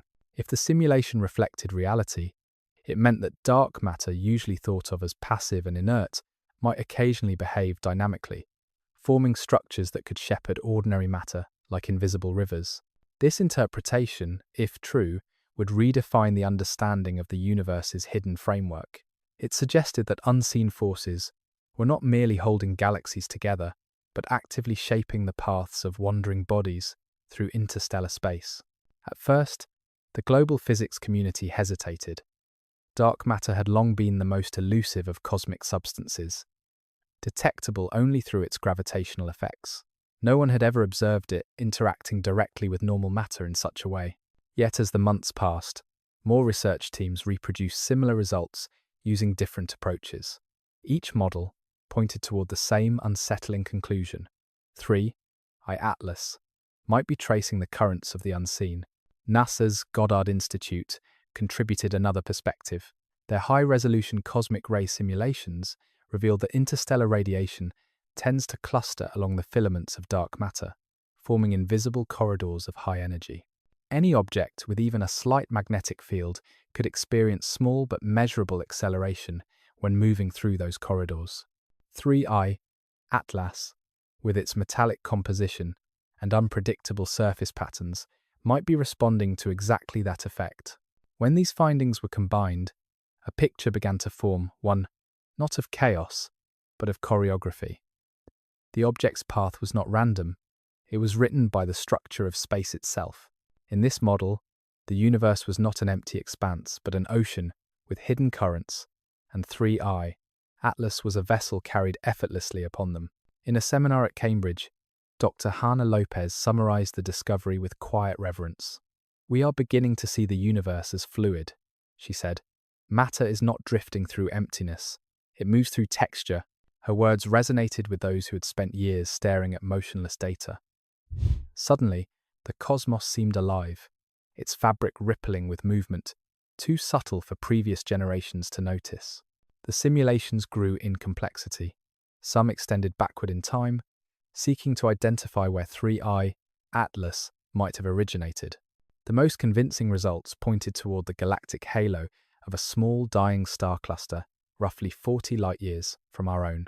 In those digital reconstructions, planetary fragments circled a collapsing sun, were thrown outward by gravitational slingshot, and vanished into darkness. Centuries later, under the slow breath of galactic rotation, one fragment drifted into alignment with the hidden streams of dark matter. That fragment, according to the simulation, could easily have become the object now nearing Mars. The revelation changed the tone of the discussion. What had once been seen as anomaly now appeared as expression, a visible trace of cosmic mechanics at work. It was as if the universe itself had provided a living diagram of its invisible machinery. Public fascination deepened as images and reconstructions appeared online. The visualizations were hypnotic. Clouds of blue light representing dark matter, luminous trails tracing the path of 3IATLAS as it glided along unseen currents. The effect was beautiful, but to the scientists who produced it, the beauty carried weight. It implied that reality was far more intricate than the tidy equations that once described it. Late one evening, in a quiet conference hall where the final results were being reviewed, an older physicist spoke softly to his colleagues. "We are no longer modelling a rock," he said. "We are modelling the universe thinking." His remark, half in jest, lingered in the minds of those present. For what they had glimpsed in their simulations was not merely motion, but intention, a kind of natural logic expressing itself through geometry and flow.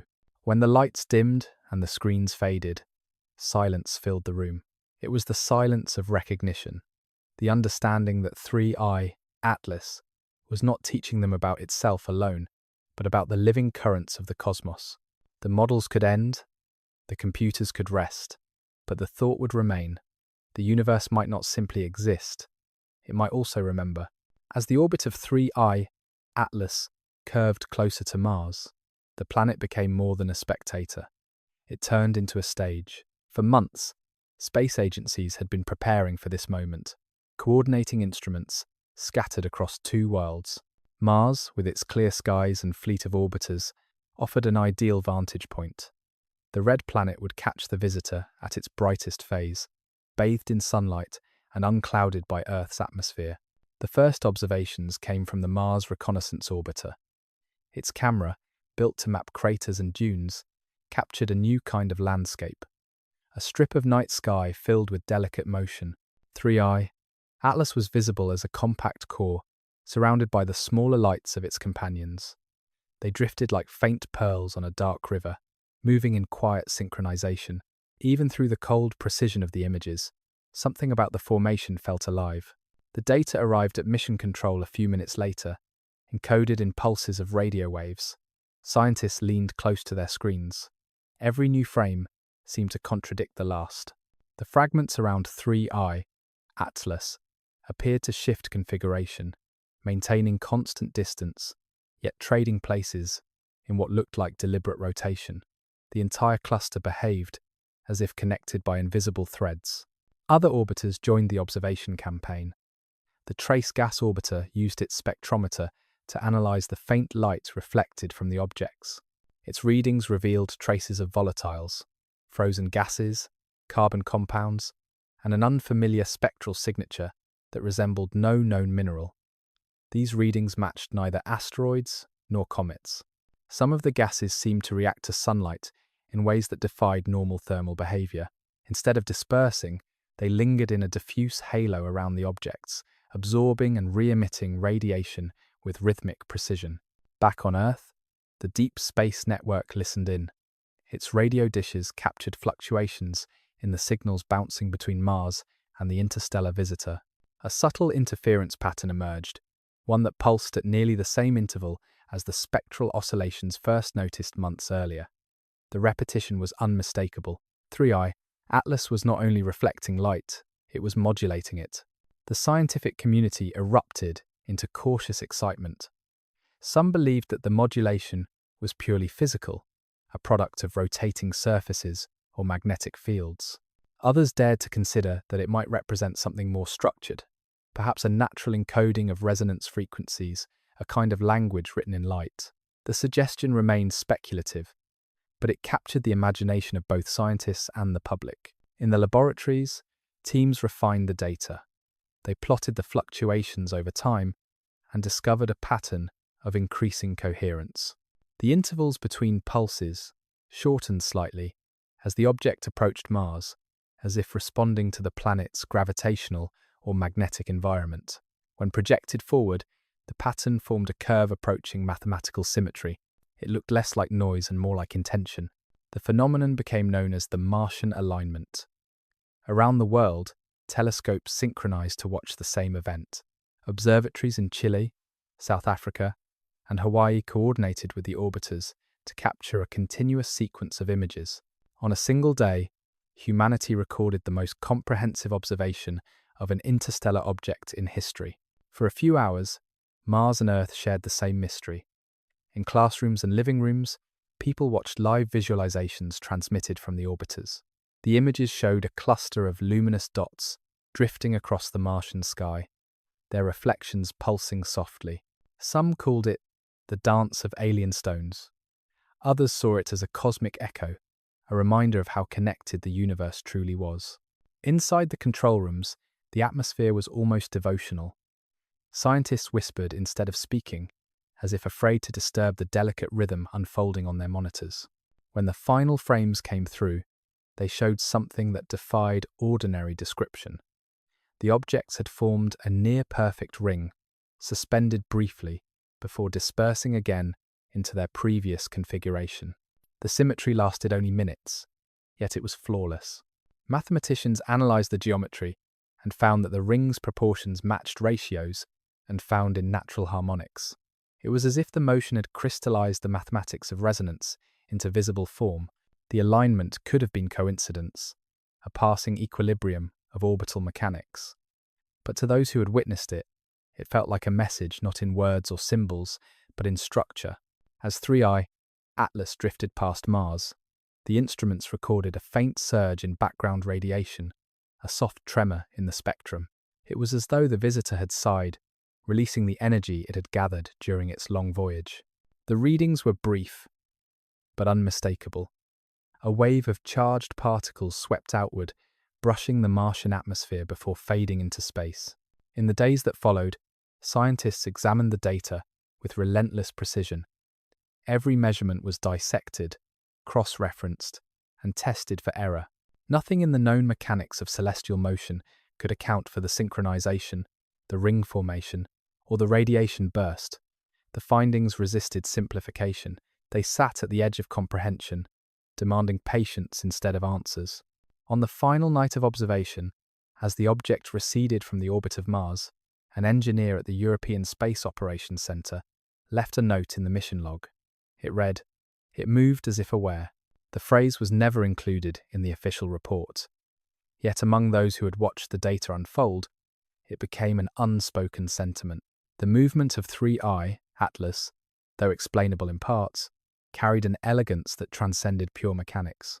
In the long silence that followed, Mars returned to its quiet orbit, its surface unchanged, its skies empty once more. Yet something profound lingered.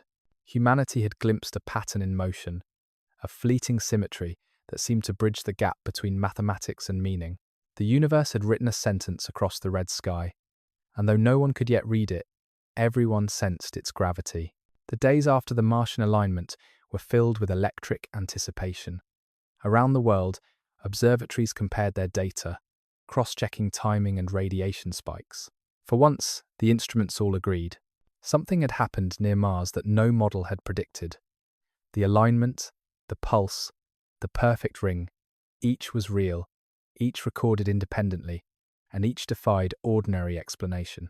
When the telemetry from the Mars orbiters was replayed in slowed motion, a subtle sequence appeared. Before the formation of the ring, 3IATLAS had brightened fractionally, releasing a fine stream of particles into space. These particles moved not outward in a random spray, but in precise arcs that curved gently before settling into orbit around the core.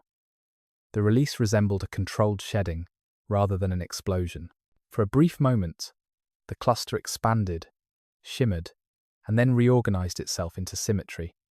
It was as if the object had exhaled and then gathered itself again. Astronomers called the event the shattering moment, though nothing had truly shattered. The phrase caught on because of what followed. Within hours, telescopes around the world began reporting faint new lights along the same trajectory. They were smaller, dimmer, but moving with the same rhythm as the original body. The multiplication had resumed, only now on a grander scale. In Tokyo, a team of astrophysicists analysed the light curves of the new fragments and noticed something remarkable. Their relative brightness followed a geometric sequence, each new object emitting precisely half the light of its predecessor. The progression was almost too exact to be natural. It was as though the formation obeyed a mathematical law, written into its existence. Engineers at NASA recalculated trajectories using the new data and confirmed that the swarm was expanding but not chaotically. Every new fragment fell into orbit at a fixed distance from the next, forming a spiral pattern that rotated slowly as it moved away from Mars. The structure resembled the spiral arms of galaxies, the same self-similar geometry that repeats from the microscopic to the cosmic scale. Within days, the number of visible bodies doubled again. They moved with quiet purpose, their paths never crossing. The precision of their spacing suggested interaction, perhaps electromagnetic, perhaps something more subtle. Some researchers proposed that the fragments were responding to one another through resonance, their motions tuned to maintain equilibrium. It was like watching a living system organize itself out of dust and light. As the swarm grew, so did the questions. Could a natural object reproduce such regularity on its own? Was the process mechanical, chemical, or energetic? And if it was energetic, what was the source? Observations from the Hubble Space Telescope detected faint ultraviolet emissions between the fragments, lines of light that pulsed in rhythm with their orbits. The connections were faint, but unmistakable, like threads of invisible electricity tying the swarm together. The theory that emerged was unlike any before it. A group of physicists proposed that 3I, Atlas, was undergoing a form of photonic fission, its surface converting absorbed solar radiation into structured matter.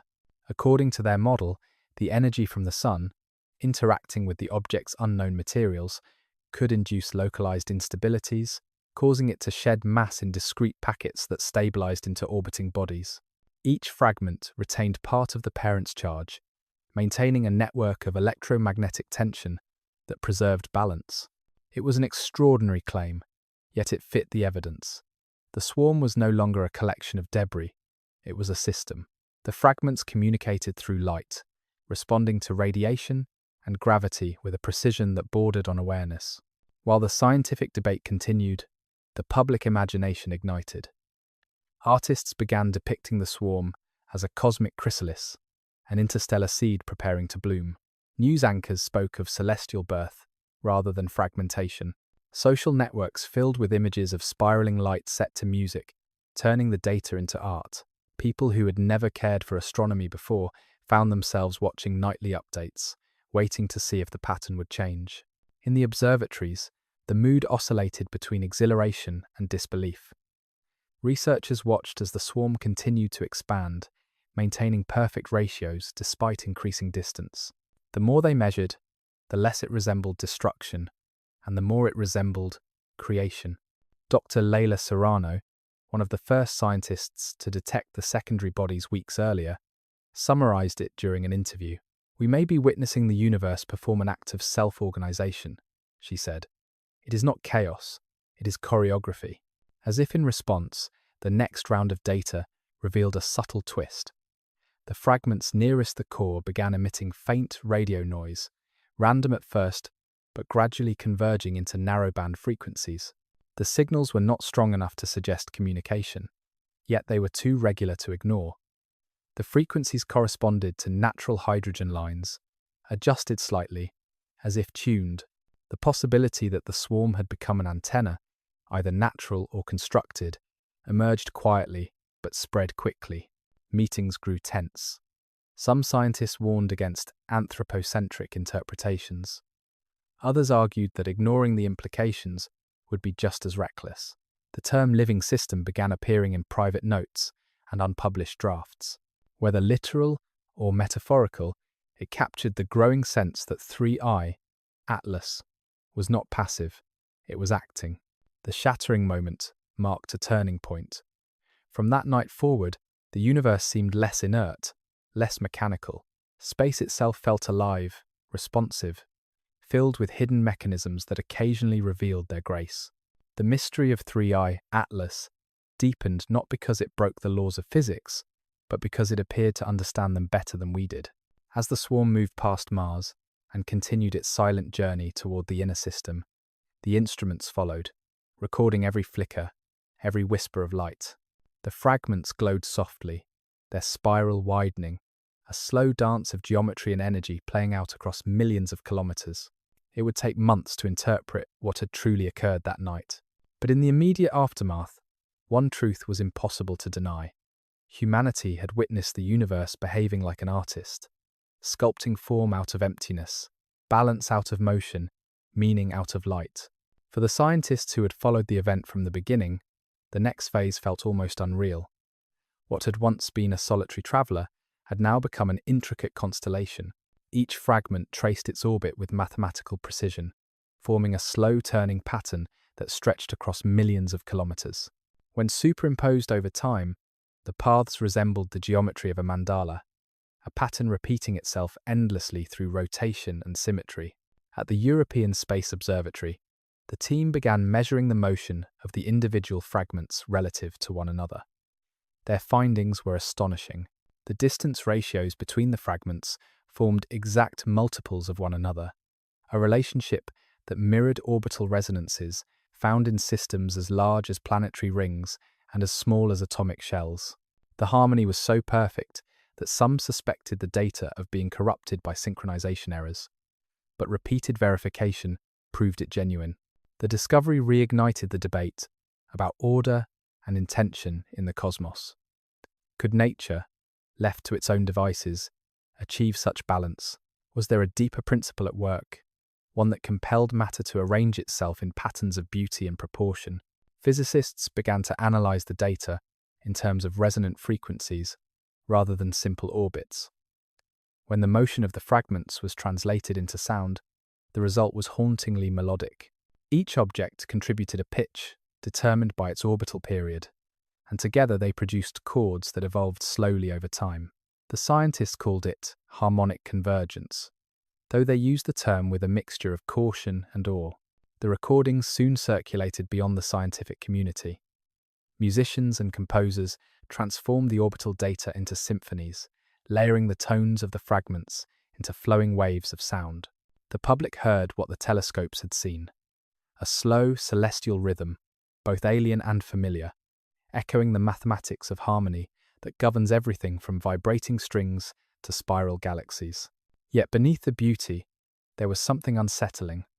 When plotted over weeks, the orbits revealed a subtle drift, a gradual tightening of the formation. It was as if the fragments were moving closer together, converging on an invisible center that was not the original core. Some suggested that the objects were forming a structure, a collective shape defined by their resonance. Others worried that they were preparing for something more unpredictable. At the Jet Propulsion Laboratory, researchers created a dynamic model that traced the movements into 3 dimensions. When the simulation was run, a pattern emerged that made the room fall silent. The fragments were not moving randomly toward the center. They were assembling into a spiral that mirrored the golden ratio, a mathematical proportion found in everything from seashells to galaxies. The model showed the formation slowly collapsing inward, not chaotically, but in perfect symmetry. The implications were staggering. If the motion continued, the swarm would form a disc-like structure within months. It was unclear whether the convergence would end in collision or transformation. Whatever was happening, it was happening with a precision that suggested more than chance. A team of astrophysicists in Kyoto proposed that the fragments were responding to a shared field, possibly electromagnetic, possibly something beyond current understanding. They introduced a new term for it: the coherence field. In their model, the field acted as a unifying medium that distributed energy evenly among the fragments, ensuring that none lost stability as the formation condensed. The behavior, they argued, resembled that of Bose-Einstein condensate states of matter, where particles behave as a single quantum entity. The analogy was bold, even poetic, but it resonated. A swarm of celestial bodies, behaving like a single organism, blurred the boundary between physics and biology. The coherence field became the central hypothesis of the next phase of research. To test it, observatories turned their attention to the electromagnetic spectrum once more.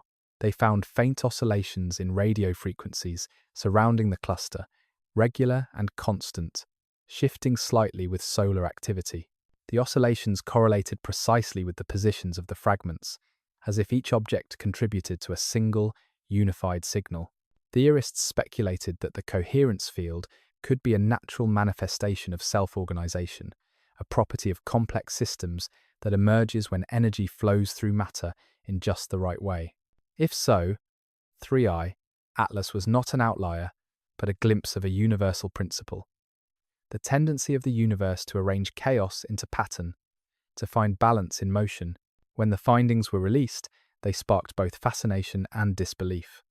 Some scientists embraced the coherence hypothesis as a breakthrough in understanding emergent phenomena on cosmic scales. Others dismissed it as poetic exaggeration, arguing that patterns often appear where humans look hardest. But the data refused to yield to simplicity. Every fragment continued to move in harmony, every orbit locked in place, as if guided by an invisible design. The images that reached Earth captured the imagination of the public.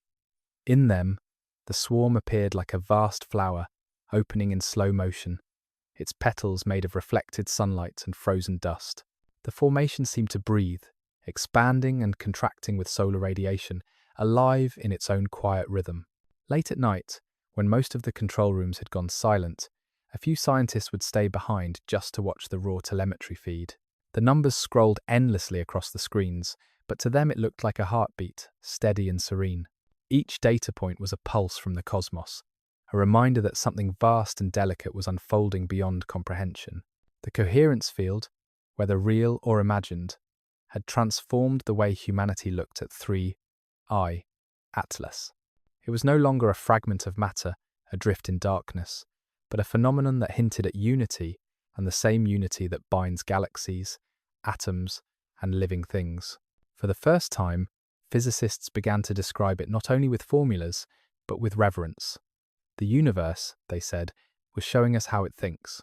The expanding swarm had now become one of the most studied phenomena in modern astronomy. What began as an unexplained object had evolved into a choreography of light, motion, and geometry that refused to conform to any established model. Each fragment shone with quiet precision, maintaining its distance, its timing, its purpose. Observers began to speak of the pattern as though it were alive. It behaved not like debris, but like a system, aware of itself. At first, the resonance seemed limited to motion and light. Then came something stranger. Instruments aboard the James Webb Space Telescope detected faint gravitational fluctuations around the cluster, oscillations too regular to be caused by random mass distribution.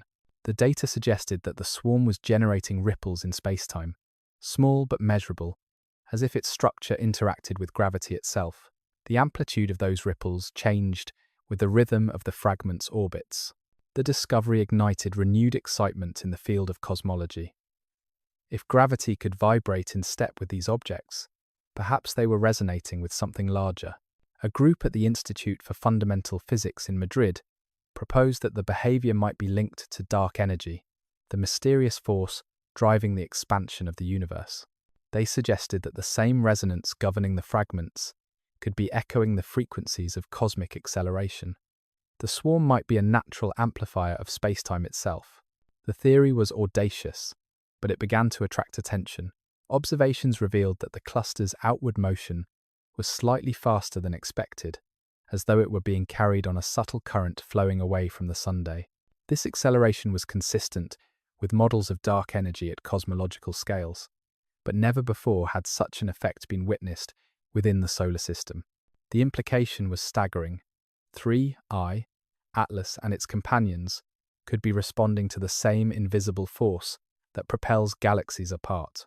Physicists working on the theory of vacuum decay began to take notice. They proposed that regions of space might fluctuate between different energy states, creating local variations in the cosmological constant. If the swarm had entered one of these low-energy pockets, it might have become a mirror of the universe's deepest dynamics, its motions revealing the secret pulses of spacetime's expansion. The idea was speculative, yet the mathematics fit. The phenomenon drew comparisons to gravitational wave detections, though at a scale much smaller than those caused by colliding black holes. These new ripples were delicate, their frequency impossibly low, more like breathing than motion.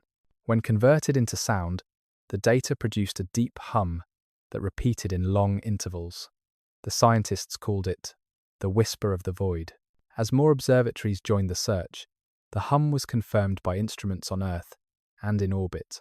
The same low-frequency pattern echoed faintly across detectors thousands of kilometers apart.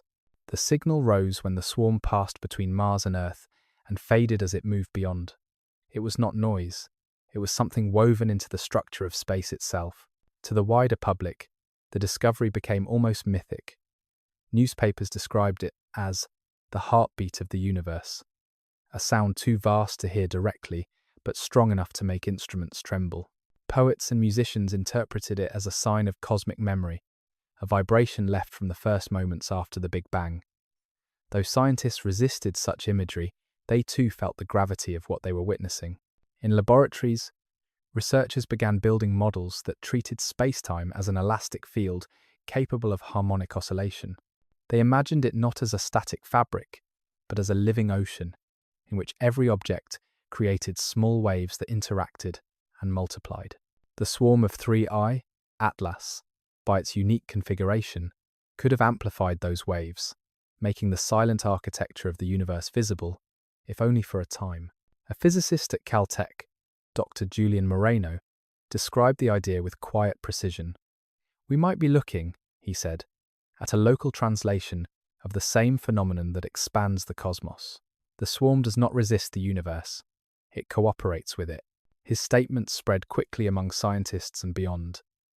The concept of cooperation, rather than opposition, of matter working with the energy of space-time instead of against it, resonated deeply. In the months that followed, the swarm began to drift outward, leaving the orbit of Mars behind. Its light dimmed slightly, but its structure remained intact.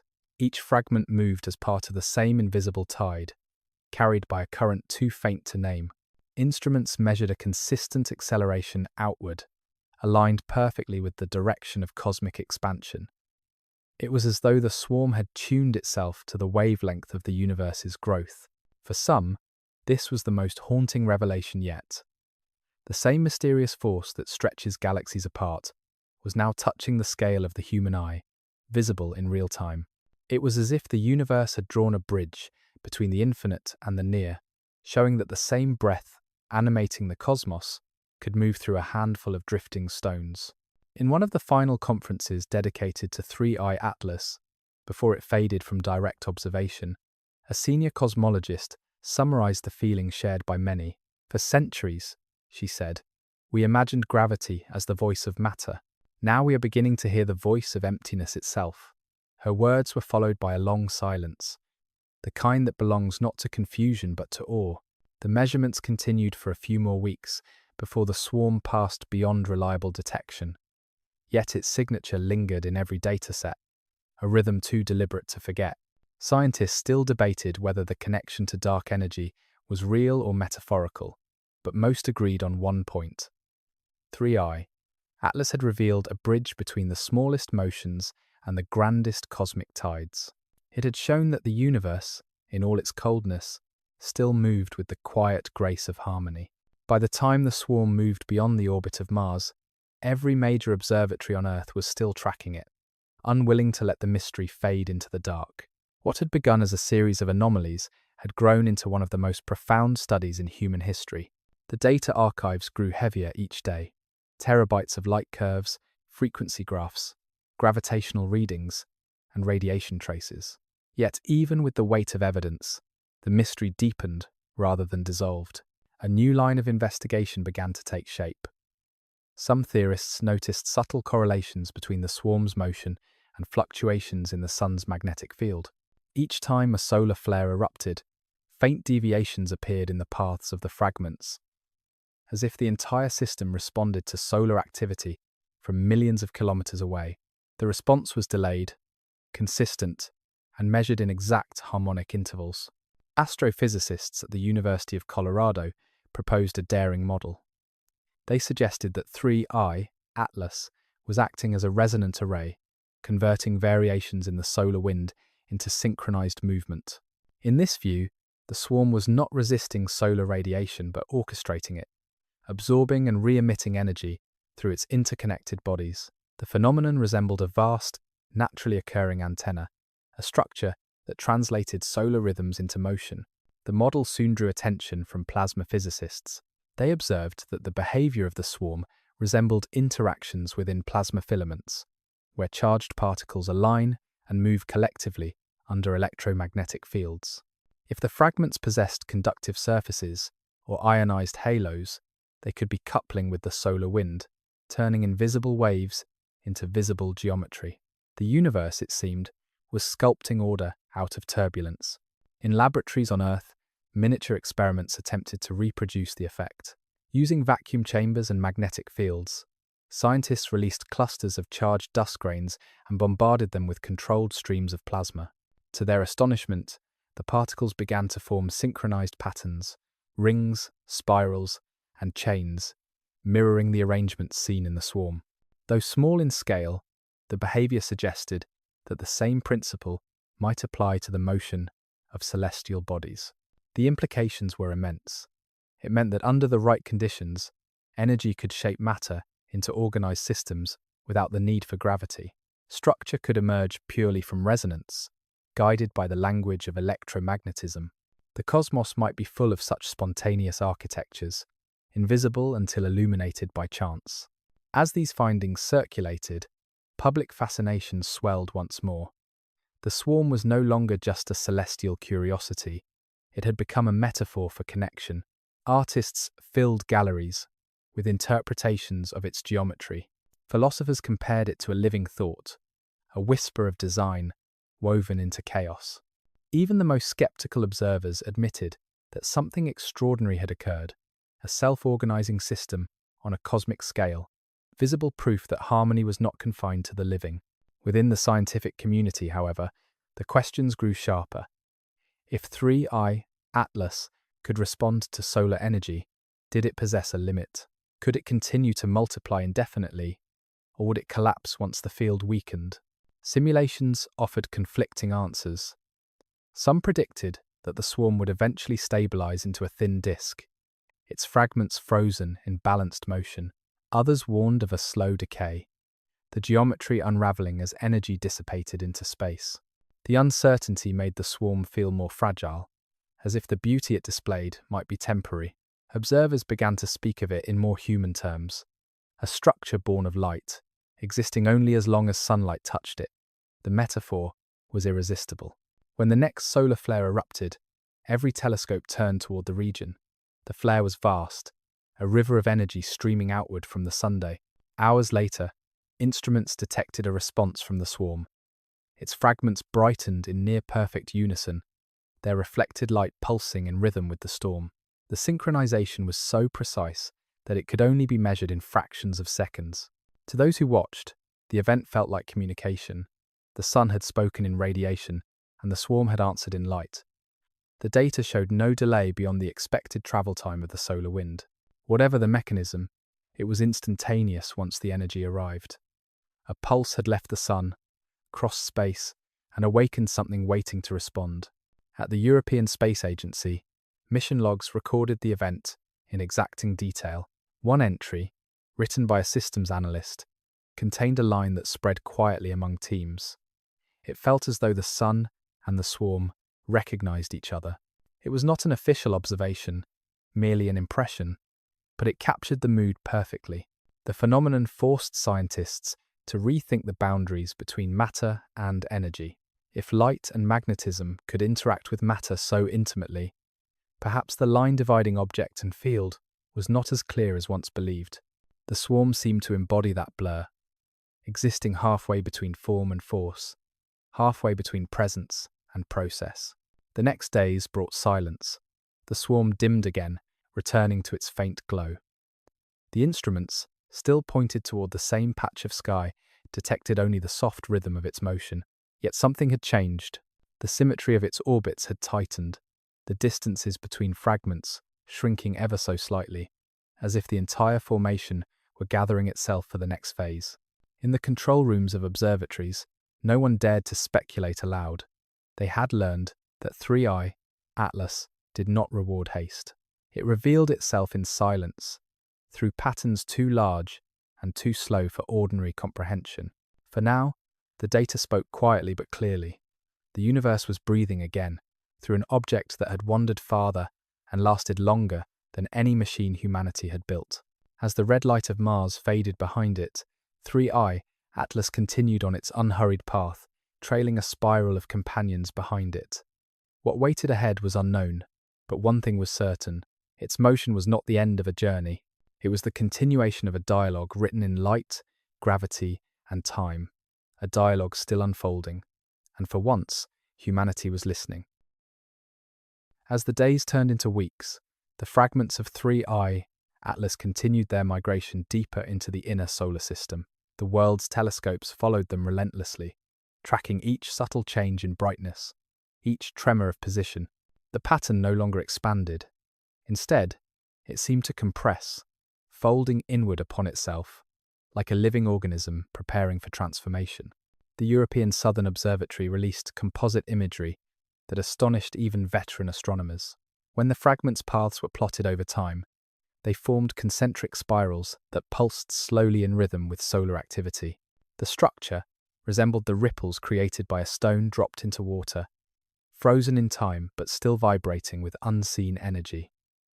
Each ring glowed faintly, reflecting sunlight in shades of blue and gold.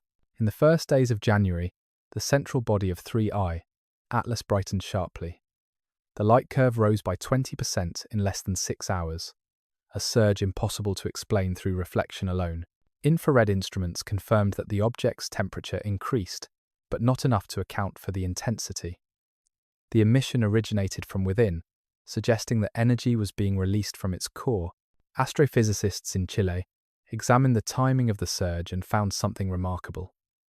The outburst corresponded exactly with a pulse in the swarm's gravitational oscillations. It was as if the fragments had synchronized their energy, channeling it back toward the center. The concept bordered on impossible, inanimate objects coordinating through the invisible fabric of gravity. Yet, the numbers held true. Dr. Liu Wen, a gravitational physicist, compared the event to resonance in a bell. When one part vibrates, the others respond, amplifying the sound until the entire structure sings. If the swarm truly behaved like this, then 3IATLAS had become a vast harmonic instrument, playing itself across the void. This explanation, poetic though it was, found unexpected support in the data. The frequencies of the oscillations matched harmonic intervals found in acoustic resonance, specifically the same ratios that define musical octaves. It was as though the swarm had tuned itself to the universe's own scales of vibration. Scientists struggled to define the source of the energy. Nuclear decay was ruled out, as the radiation signature showed no isotopic trace. Chemical reactions were equally implausible in the vacuum of space. Some suggested that the energy might originate from the conversion of electromagnetic fields into kinetic heat, a process known to occur in plasma, but on far smaller scales. To produce such intensity, the swarm would need to harness the same forces that shape auroras or magnetospheres, amplified to cosmic magnitude. In the halls of universities and research centers, the tone of discussion shifted from skepticism to reverence. The event defied reduction to mere mechanics. It was as if nature had constructed a system capable of transforming energy into order with perfect efficiency. The distinction between cause and effect blurred. The swarm absorbed energy, radiated light, and reorganized itself into symmetry, all without apparent loss. When the surge subsided, 3IATLAS appeared changed. The core, once irregular in brightness, now glowed with a steady, uniform light. Its companions had drawn closer, forming a disk so thin and smooth that, through telescopes, it looked like a faint ring of glass. The formation rotated in silence, elegant and exact, like a clock with no need for hands. Public fascination reached a fever pitch. Live streams showed real-time updates of the brightness changes. Commentators described the scene with reverence, likening it to the unfolding of a cosmic flower. The language of science bled into poetry. Even those who dismissed the more speculative theories could not deny the beauty of what they were witnessing. The event became known as the harmonic phase. For the first time, humanity had recorded a celestial body exhibiting coordinated energy behavior across multiple scales: gravitational, electromagnetic, and optical. To some, it was proof that the universe could organize complexity from chaos without external guidance. To others, it hinted at something deeper, an underlying intelligence in nature itself, written not in thought but in mathematics. Meanwhile, deeper analyses revealed new subtleties. As the disk rotated, its surface emitted narrow beams of polarized light at regular intervals. These flashes repeated with a precision equal to the atomic clocks used to measure them. The beams swept across space like lighthouses, yet their rhythm was so intricate that it could not have been random. Mathematicians attempted to decode the timing, converting the intervals into sequences of numbers.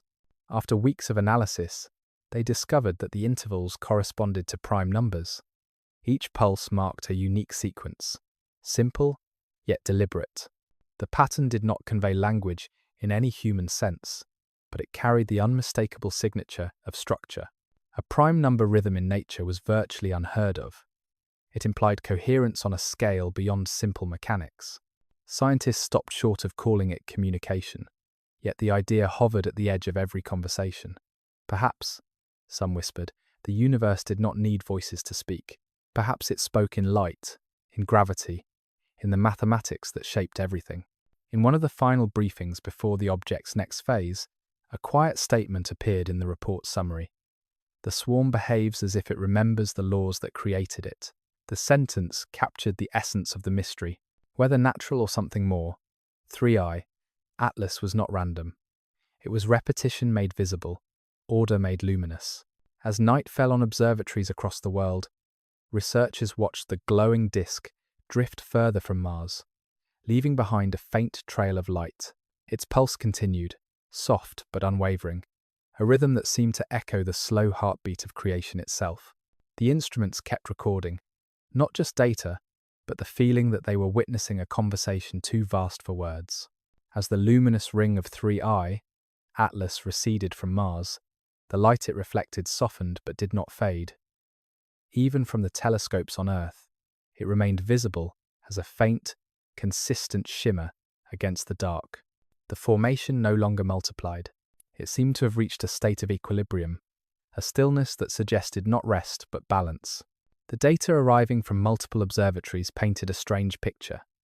The swarm's overall brightness followed a slow, sinusoidal rhythm. Each pulse of light lasted 21 hours, the same duration as a Martian day. The coincidence intrigued researchers. They compared historical data, trying to determine whether this rhythm had always been present, or whether it had emerged only after the close encounter with Mars. The analysis confirmed that the pattern was new. It was as if the object had absorbed a trace of the planet's rotation, adopting its rhythm as its own. The discovery reignited the argument over whether 3IATLAS was entirely inert. Some insisted that this synchronization was a natural consequence of gravitational resonance. Others believed it signaled an adaptive response, a kind of cosmic feedback mechanism. The debate was not about belief, but about language. How does one describe a pattern that behaves with the elegance of intention, but without evidence of consciousness? Theorists began exploring how such synchronization might occur. One possibility involved the transfer of angular momentum through magnetic coupling. The magnetic field of Mars, though weak, might have induced currents in the metallic surface of the fragments. Those currents, in turn, could create a self-reinforcing cycle of oscillation, locking the system into resonance with the planet's rotation. It was an elegant hypothesis, yet it failed to explain the precision. The alignment of the 21-hour period was too exact, down to fractions of a second. An astrophysicist at the University of Cambridge offered a different interpretation. She proposed that the swarm was operating like a gyroscopic array, maintaining orientation by referencing external sources of rotation. In her view, the synchronization was not caused by Mars, but chosen through resonance. Like a pendulum matching the rhythm of nearby oscillations, the system might have aligned itself with the planet's spin simply because it provided the most stable reference point. This idea, while abstract, captured the imagination of those who studied complex systems. It hinted at a principle deeper than mechanics, one that governed stability across scales. Whether in atomic lattices or planetary alignments, matter seemed to seek harmony. The universe, in this reading, preferred rhythm to randomness. At observatories, teams watched the light pulses with growing fascination. Every 21 hours, the brightness peaked, dipped, and then rose again. The oscillation was soothing, almost hypnotic. Some scientists admitted privately that they had begun to look forward to the cycle, as if the sky itself were breathing. The event soon gained a poetic name, the Martian Pulse. It became the latest in a sequence of phenomena that blurred the boundaries between physics and metaphor. Journalists described it as the heartbeat of the solar system, while artists composed soundscapes using data from the light variations. The effect was hauntingly serene, a slow, low rhythm that seemed to echo through the silence of space. While the world looked upward in wonder, a smaller group of researchers dug deeper into the mathematics. They discovered that the frequency of the light pulse corresponded precisely to a known constant in chaos theory, one that describes transitions between order and disorder. The relationship was so precise that it appeared as though the swarm were operating at the threshold of stability, hovering between equilibrium and collapse. If the finding was correct, it suggested that 3IATLAS was not merely reflecting solar light, but actively managing its internal energy through oscillation. In essence, it was self-regulating a system fine-tuned to the edge of chaos, where complexity and balance coexist. This concept drew parallels to biological systems. Living organisms, too, maintain order by hovering near instability, allowing adaptability without disintegration. The resemblance was uncanny. To some, it seemed that 3IATLAS had crossed the invisible line, separating lifeless matter from dynamic process. The object was not alive, but it behaved as though it understood the logic of life. The notion unsettled many in the scientific community. How could inanimate objects demonstrate such behavior? Some dismissed the idea as anthropomorphism, a projection of human longing for meaning onto natural complexity. Yet even the skeptics acknowledged that the mathematics did not lie. The pulse, the synchronization, the harmony, they were measurable, not imagined. As days passed, the pattern remained unbroken. The swarm continued to drift outward, each fragment holding its place in the invisible dance. The data revealed no decay, no loss of precision. It was as though the formation had entered a self-sustaining state, powered not by fuel or radiation but by rhythm itself. One researcher, after staring for hours at the plotted graphs, murmured that the swarm had become a metronome for the cosmos. The phrase spread quietly, appearing in emails and notes, not as theory but as poetry. For those who spent their nights listening to the sky through instruments, it described something beyond science, the feeling that the universe itself had found a tempo. As the next pulse began, telescopes across the planet caught the light rising again. It shimmered softly, steady, and calm, as if Mars had left its heartbeat behind in the stars. The observation ended, the data stored, and yet silence lingered in every room. For a long moment, it felt as though the heavens had whispered a truth too vast for translation, a truth that existed not in words, but in rhythm. Weeks passed. The light of 3IATLAS grew faint but steady, its rhythm unchanged. The Martian pulse continued to mark time across the night sky, a heartbeat that neither faded nor accelerated. To the unaided eye, it was a pinprick of motionless light. Yet to those who watched through instruments, it was a symphony of hidden structure. In data centers across the world, supercomputers began combining every observation into a single model. The result was staggering in its complexity. The swarm was not a simple ring of fragments, but a vast, three-dimensional lattice that rotated slowly as it traveled. Each object moved in precise synchronization with the others, forming an architecture that resembled both a spiral and a wave. The model revealed something unexpected. The orbits of the fragments were not random, but corresponded to the geometry of a logarithmic spiral, the same curve that defines hurricanes, galaxies, and seashells. Within that spiral, smaller spirals nested like echoes, each mirroring the other at smaller scales. The swarm, it seemed, was a fractal, a self-repeating structure that maintained its pattern no matter the scale. Fractals had long fascinated mathematicians and physicists alike. They were nature's signature of self-similarity, appearing in clouds, coastlines, and even neural networks. To find one, written across millions of kilometers in the vacuum of space, was beyond expectation. Yet here it was, a geometry that echoed itself into infinity, as if the object were an equation rendered in motion. Scientists compared the formation to Mandelbrot sets, to golden spirals, to the structures seen in plasma vortices and quantum fields. Every analogy fit partially and failed completely. The phenomenon seemed to transcend categories. It was not merely physical or mathematical, but something between the two, as though the universe had decided to reveal its grammar without offering translation. One team at MIT mapped the spiral's curvature and found that it aligned perfectly with ratios known from Fibonacci sequences. Each fragment occupied a position that corresponded to the series 1, 1, 2, 3, 5, 8, 13, and so on, scaled to cosmic dimensions. The probability of such alignment occurring by chance was infinitesimal. To call it coincidence felt almost disingenuous. Philosophers of science began to reappear in academic conferences, invited to interpret what the data implied. Some argued that the pattern was proof of an underlying mathematical inevitability in nature, that wherever matter is free to move, it will eventually fall into forms of balance. Others saw in it the trace of purpose, not in the sense of intention, but in the sense of direction. They described it as emergence, the tendency of the universe to create order from chaos, pattern from noise.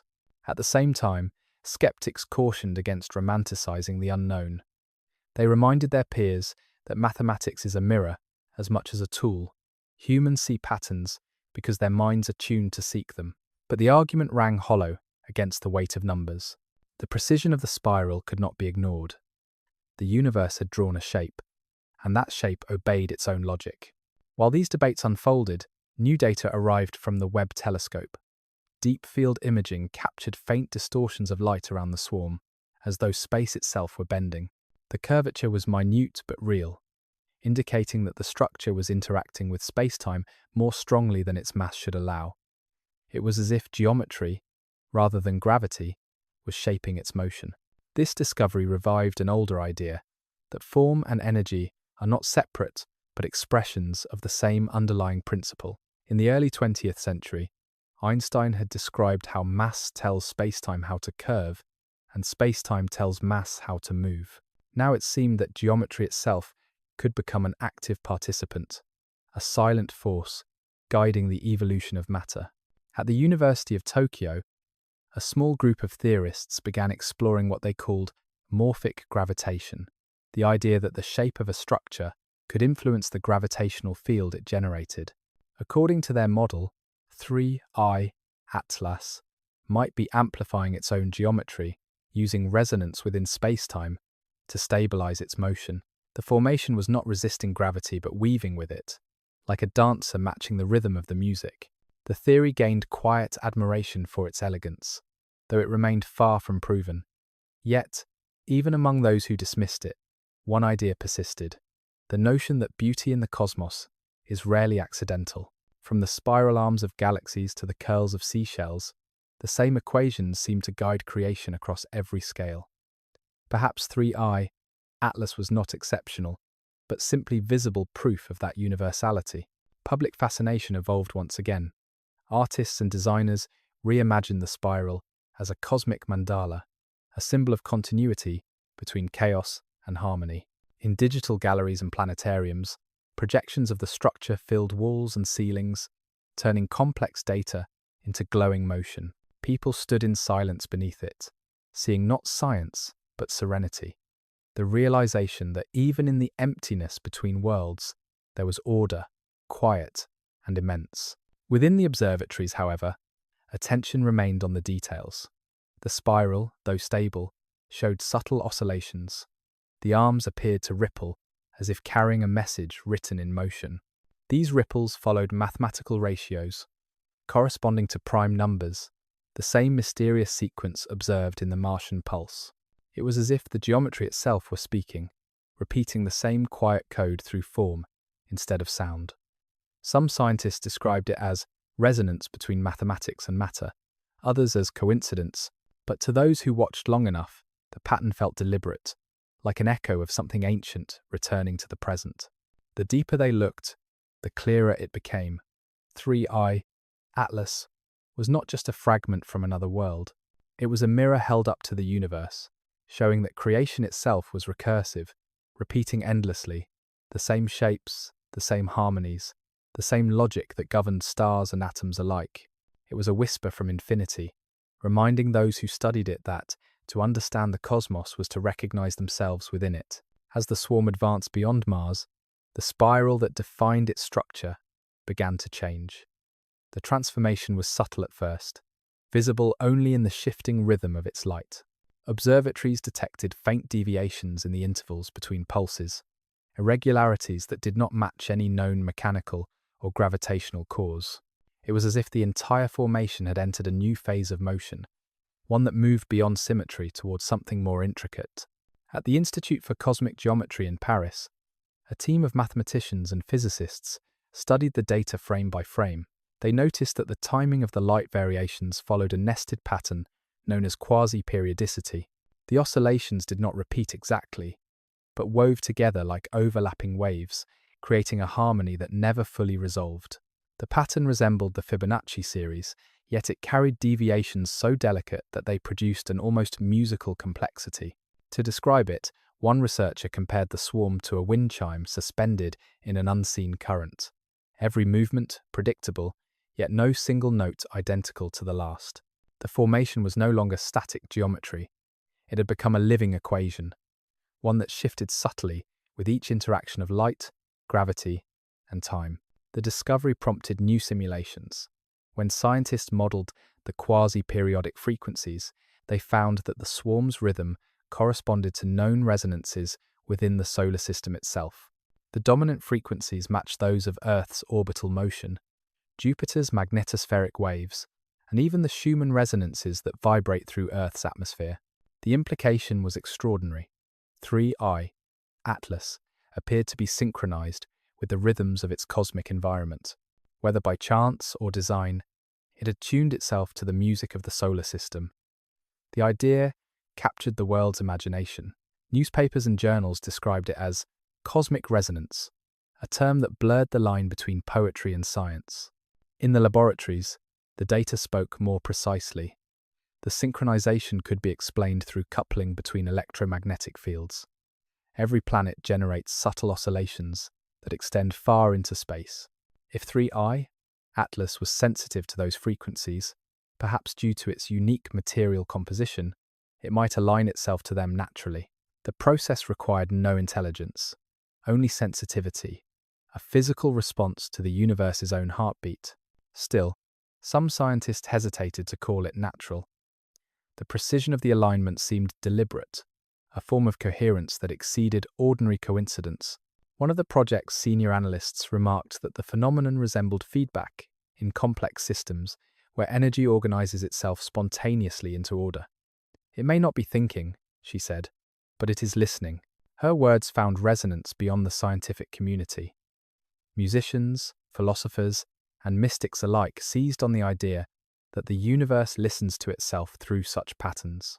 The swarm became a symbol of reflection, of awareness woven into matter. It seemed to embody a bridge between motion and meaning, between the mechanical and the spiritual. At NASA, however, the conversation remained pragmatic. Engineers calculated trajectories and confirmed that the swarm was moving toward the asteroid belt. Its path suggested that it would intersect with a region dense with metallic bodies, a place where magnetic and gravitational fields intertwine. Some speculated that the encounter might trigger another transformation. The swarm's behavior had already defied prediction. There was no reason to expect stability now. In preparation, the agency allocated observation time on every available telescope. Even private observatories joined the effort. For the first time in decades, science felt unified by curiosity rather than competition. Humanity stood collectively before the unknown, waiting to see what the cosmos would do next. The anticipation grew when instruments detected a faint trail of ionized gas streaming from the formation. The trail glowed softly in ultraviolet light, extending for thousands of kilometers. It was unlike the tail of a comet. It showed no sign of sublimation or decay. Instead, the ions arranged themselves in faint filaments that mirrored the swarm's geometry. Physicists compared the pattern to field lines in plasma experiments, where magnetic tension guides particles into ordered currents.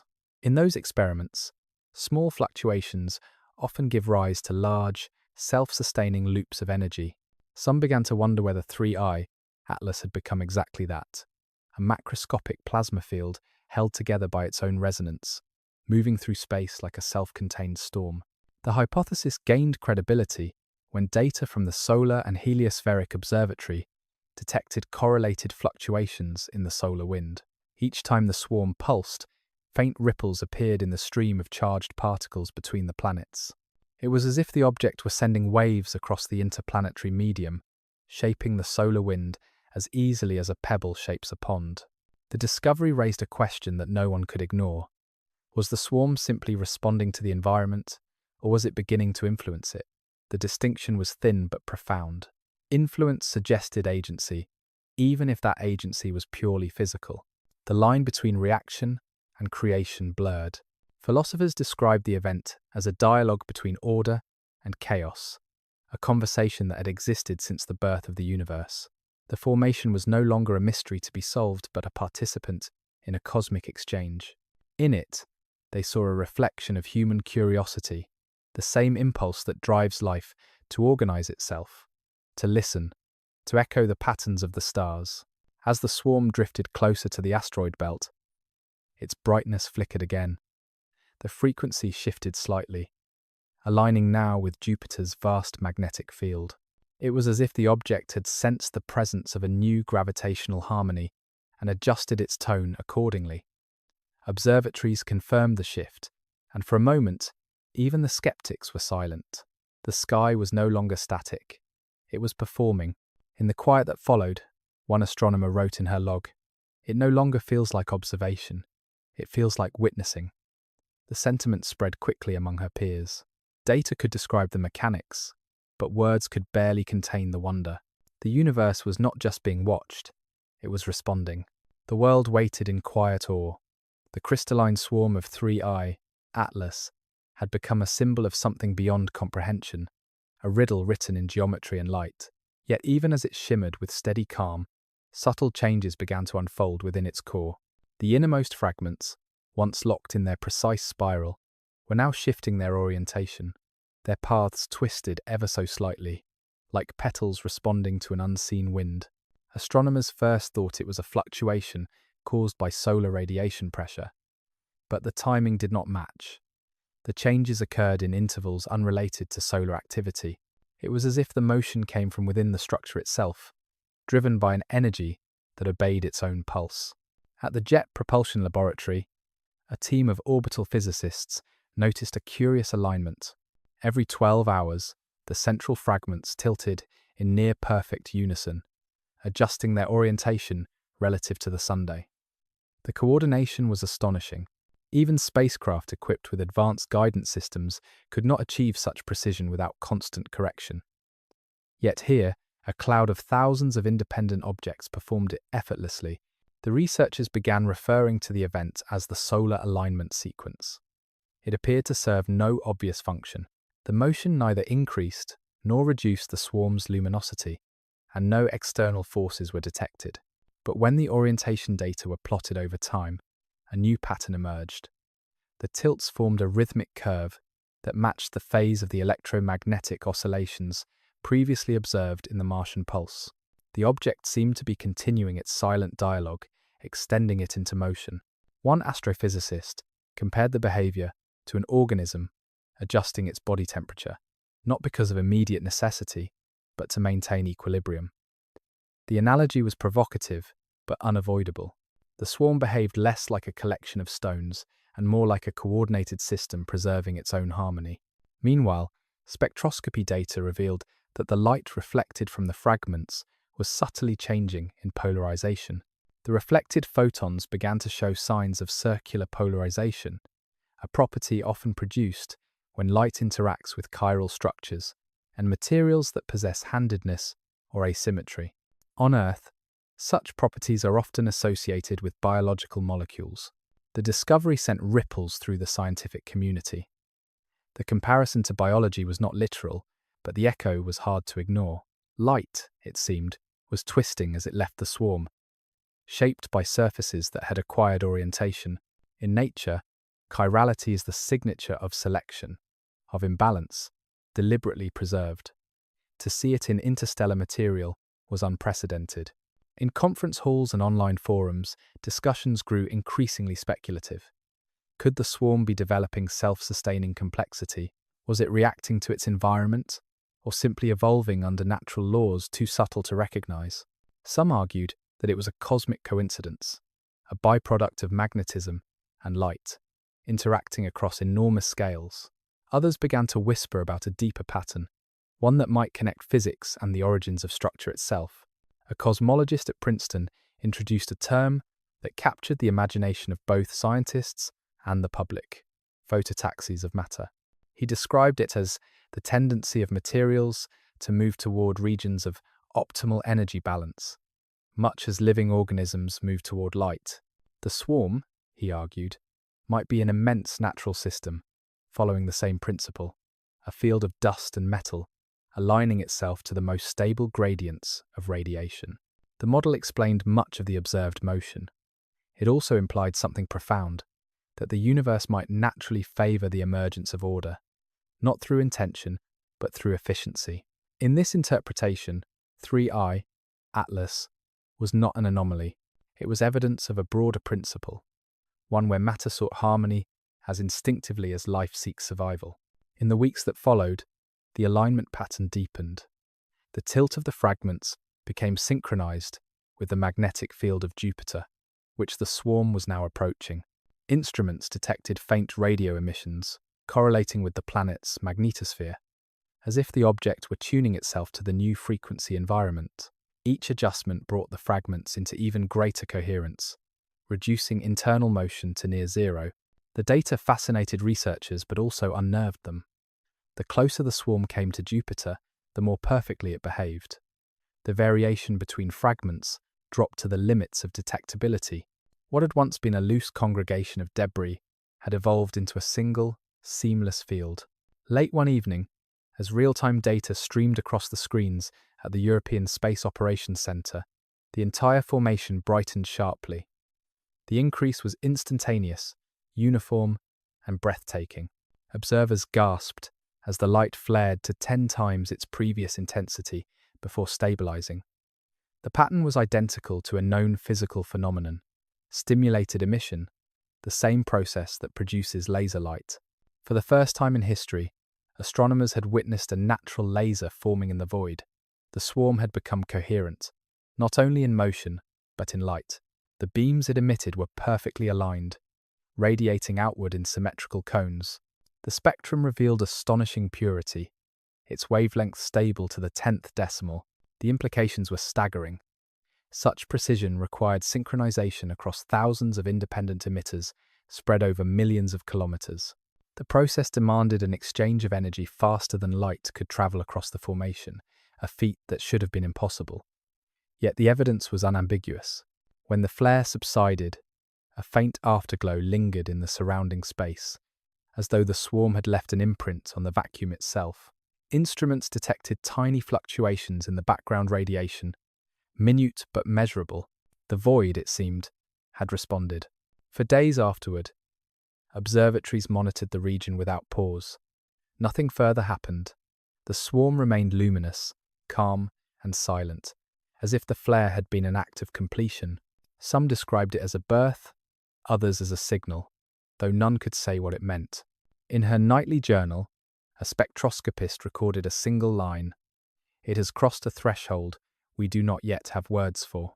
And as the data continued to flow in steady streams, the world was left with a realization that blurred every boundary between physics, art, and the sacred. Light had learned to organize itself, and humanity had been fortunate enough to witness it. For weeks after the laser flare, 3IATLAS remained a steady beacon. The intensity of its light no longer fluctuated in chaotic bursts, but held to a calm, unwavering radiance. The swarm had reached a level of coherence that no natural phenomenon had ever displayed. Across observatories, scientists stared at the data streams and felt the uncomfortable sensation that the mystery had slipped past their tools, crossing into a realm that instrumentation could measure but not interpret. At the Institute for Theoretical Physics in Geneva, a group of researchers began comparing the patterns of the emitted light to mathematical models of quantum entanglement. When they plotted the frequencies against time, they discovered a lattice of repeating relationships. Each emission appeared linked to others across vast distances, as though the entire swarm behaved as a single quantum state spread over millions of kilometers. The idea was radical. Quantum effects were thought to vanish at macroscopic scales, yet the data fit perfectly. If correct, it meant that 3IATLAS had achieved coherence not just in light, but in reality itself. The swarm existed as one continuous field, every part instantly connected to every other. It did not send information through space. It existed as information, complete and unified. Theorists struggled to find words for it. One physicist called it a standing wave of matter. Another described it as space-time caught in a loop of self-recognition. Meanwhile, the object's interaction with Jupiter's magnetic field deepened. The radio emissions detected earlier now displayed clear modulation, a pulse that followed a numerical progression.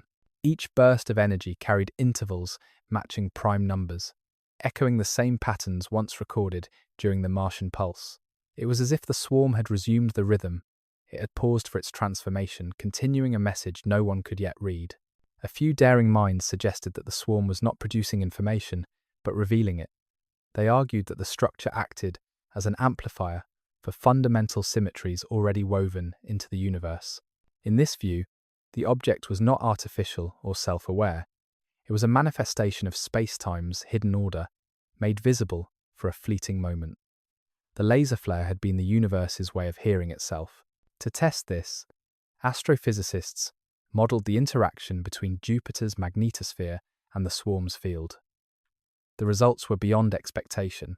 The electromagnetic waves surrounding the planet began to resonate with those emitted by the object, producing standing waves that wrapped around both entities like invisible ribbons. The two systems appeared to fall into harmony, exchanging energy with near-perfect efficiency. As the resonance grew, strange phenomena appeared in the data from spacecraft orbiting Jupiter. Instruments aboard Juno began detecting minute fluctuations in time signals, so subtle they bordered on the impossible. Atomic clocks aboard the craft recorded oscillations measured in femtoseconds, far too small to be explained by mechanical error. To those who examined the readings, it seemed that time itself was trembling. The interpretation was daring but simple. The coherent field generated by 3IATLAS might be altering the local curvature of space-time. Not violently, not through force, but through synchronization. Time within the resonance zone no longer flowed perfectly linear. It drifted, breathing gently in and out of phase with the rest of the solar system. The idea spread quietly through research circles. Most dismissed it as an artifact of measurement, but others found beauty in the possibility. Perhaps time was not a constant river, they said, but a tide, and 3IATLAS had merely caught it at the right rhythm. While scientists debated, the public imagination flourished. Writers and filmmakers began calling the event the moment of alignment. The name carried an emotional truth that data alone could not express. People spoke of it as a cosmic synchronization, a harmony between motion and meaning. Across cities, light installations mimicked the steady pulse of the swarm, turning its mystery into shared ritual. Inside the laboratories, however, the tone remained cautious. No one could predict how long the coherence would last. Models suggested that such stability was inherently fragile. Small perturbations could cause the structure to unravel, scattering its fragments once more into silent drift. Yet every new observation defied those predictions. The swarm continued to glow with tranquil precision, neither decaying nor intensifying. It simply existed, unchanging, suspended between order and dissolution. A senior researcher in Tokyo described the feeling of watching it. It behaves as if it has found the perfect middle point between being and becoming. His words resonated among his peers. The swarm was not static, yet it did not evolve in any measurable way. It occupied a delicate balance, where time seemed both present and absent. In late February, a new surprise arrived. The laser-like emissions began to bend slightly, spreading outward into curved arcs instead of straight beams. When the curvature was analysed, it revealed a geometry resembling Einstein's and theoretical models of gravitational lensing. Yet there was no mass dense enough within the swarm to cause such distortion. The bending came from the light itself. This self-lensing effect suggested that the radiation emitted by 3IATLAS was interacting with its own field, bending through the very curvature it created. For the first time, scientists had evidence of light shaping light, of energy sculpting its own path through space. The swarm was not just a mirror of the universe's laws, it was participating in them. As night followed night, the pattern persisted. Beautiful and unnerving, in equal measure, it no longer felt like a transient visitor, but like a permanent fixture of the cosmos, a slow and silent intelligence expressed through physics rather than intention. In one of the final press briefings of that season, an aging astrophysicist spoke softly into the microphone. "Perhaps," he said, "we have been wrong to separate matter from meaning. Maybe the universe has always been aware, just in a way that takes billions of years to finish a thought." His remark was half metaphor, half prophecy. And as the cameras turned toward the starfield where 3IATLAS continued its calm radiance, it felt for a moment as though the cosmos itself had paused, listening to its own reflection. The swarm drifted into the outer edges of Jupiter's magnetic domain, where the invisible threads of the planet's field stretched out like vast rivers of force. The light of 3IATLAS dimmed slightly, then steadied, adjusting to the new environment as though sensing the gravity that awaited it. Observatories around the world shifted their focus to the gas giant, aware that what happened next might redefine the limits of cosmic interaction. The initial readings were gentle, almost unremarkable. Charged particles from Jupiter's magnetosphere brushed against the edges of the formation, creating faint ripples in the surrounding plasma. But as hours passed, those ripples began to multiply. The swarm responded to the energy, not with resistance, but with rhythm. Its glow pulsed softly, matching the frequency of Jupiter's radio emissions. The synchronization was exact to 6 decimal places. To the scientists studying the phenomenon, the realization came slowly but unmistakably. The swarm was resonating with the planet's field, harmonizing with it, like a tuning fork responding to a distant note. What began as a simple gravitational encounter had become a symphony of magnetism and motion. The resonance built gradually until even the Jovian auroras brightened, shimmering with intensity unseen since measurements began. In laboratories and observatories, teams worked without pause. The data revealed that the swarm's frequency modulation followed a mathematical relationship identical to those found in orbital mechanics, specifically the ratios governing the moons of Jupiter. Each fragment within 3IATLAS appeared to vibrate in tune with one of the planet's satellites, Io, Europa, Ganymede, and Callisto. The alignment was too precise to dismiss. It was as though the swarm had integrated itself into the planetary system, finding its place among the celestial order. Astrophysicists described the interaction as a gravitational duet. The objects within the swarm and the moons of Jupiter exchanged energy through resonance, not through impact. Each adjustment in the orbit of one body produced a subtle response in the others, a feedback loop of balance stretching across millions of kilometers. What they observed was a universe in conversation with itself. For many, it was difficult not to feel awe. The pattern carried an emotional weight that transcended data. One observer wrote in her notes that the cosmos was playing with itself through mathematics. The phrase spread quickly among the community because it felt true. The data did not simply describe motion. It revealed intention, even if that intention was purely the geometry of harmony. Meanwhile, instruments detected faint echoes in Jupiter's radiation belts. Every time the swarm pulsed, the belts flickered in response, as though the energy of the interaction rippled outward into the larger system. Spacecraft orbiting the planet began recording unusual fluctuations in electric potential, gentle but persistent, a soft whisper across the electromagnetic spectrum. A few physicists proposed that the resonance might be amplifying the structure of spacetime itself, creating small standing waves that connected the swarm to the planet. In their view, the geometry of 3IATLAS had become a bridge, translating the invisible curvature of the universe into something measurable, something audible. It was not communication as humans understand it, yet it carried the unmistakable signature of reciprocity.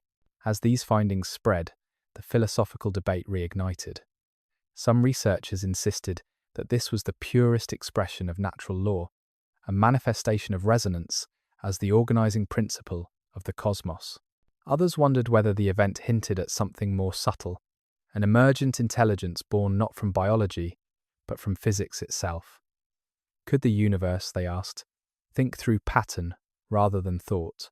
In Japan, a conference gathered the leading minds of astrophysics and philosophy. They discussed the phenomenon for 16 hours without reaching consensus. The conversations blurred the lines between science and poetry, between analysis and reverence. One physicist summarized the tension perfectly. We do not know if we are studying it or if it is studying us. Back on Earth, the public followed every update with fascination.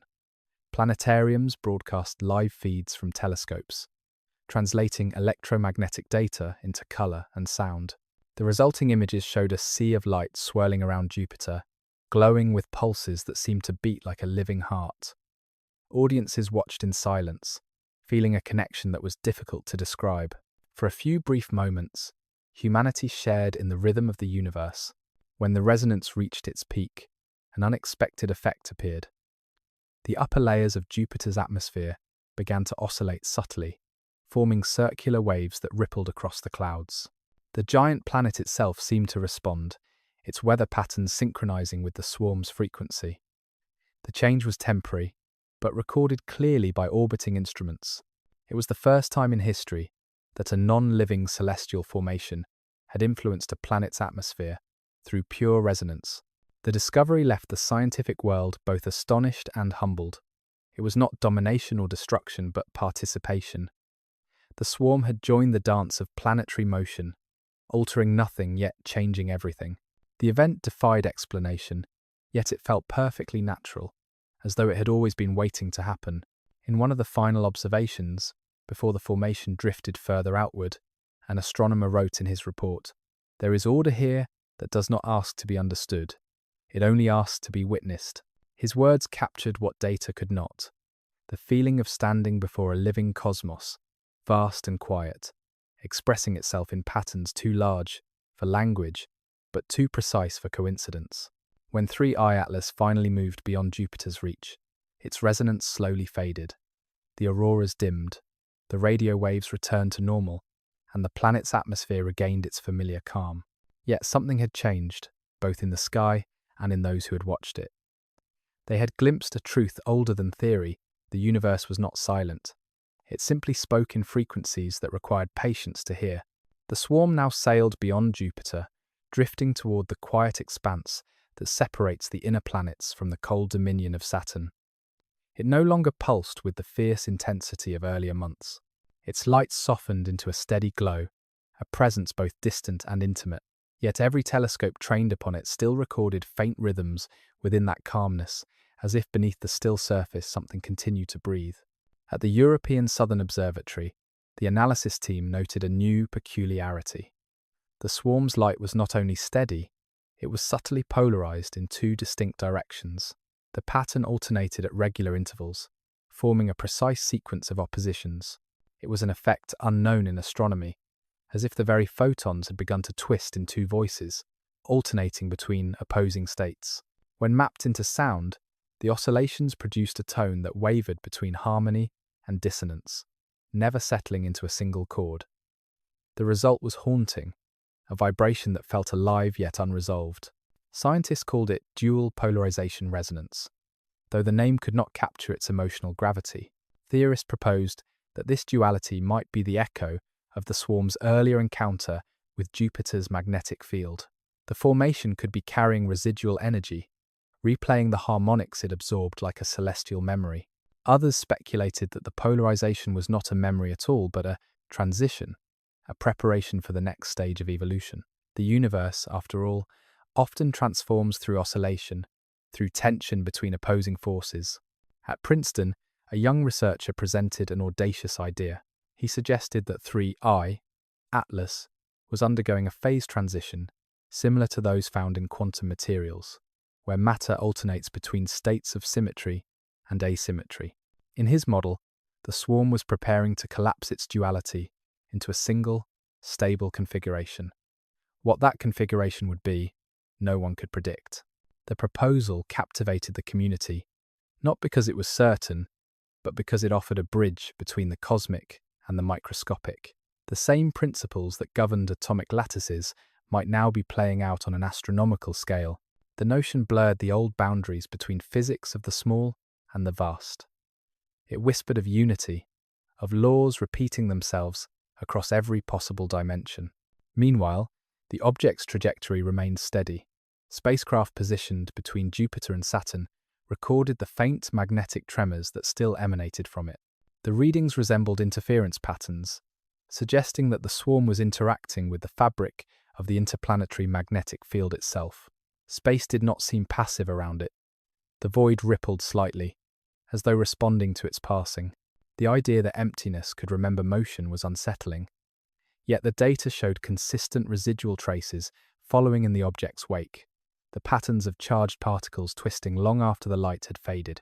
One physicist compared the phenomenon to sound persisting in air after the musician has stopped playing. Space itself, it seemed, was the instrument, and 3IATLAS, the hand that had struck the note. Amid the analyses, a different kind of discussion began to take root. Philosophers of science revisited an ancient question.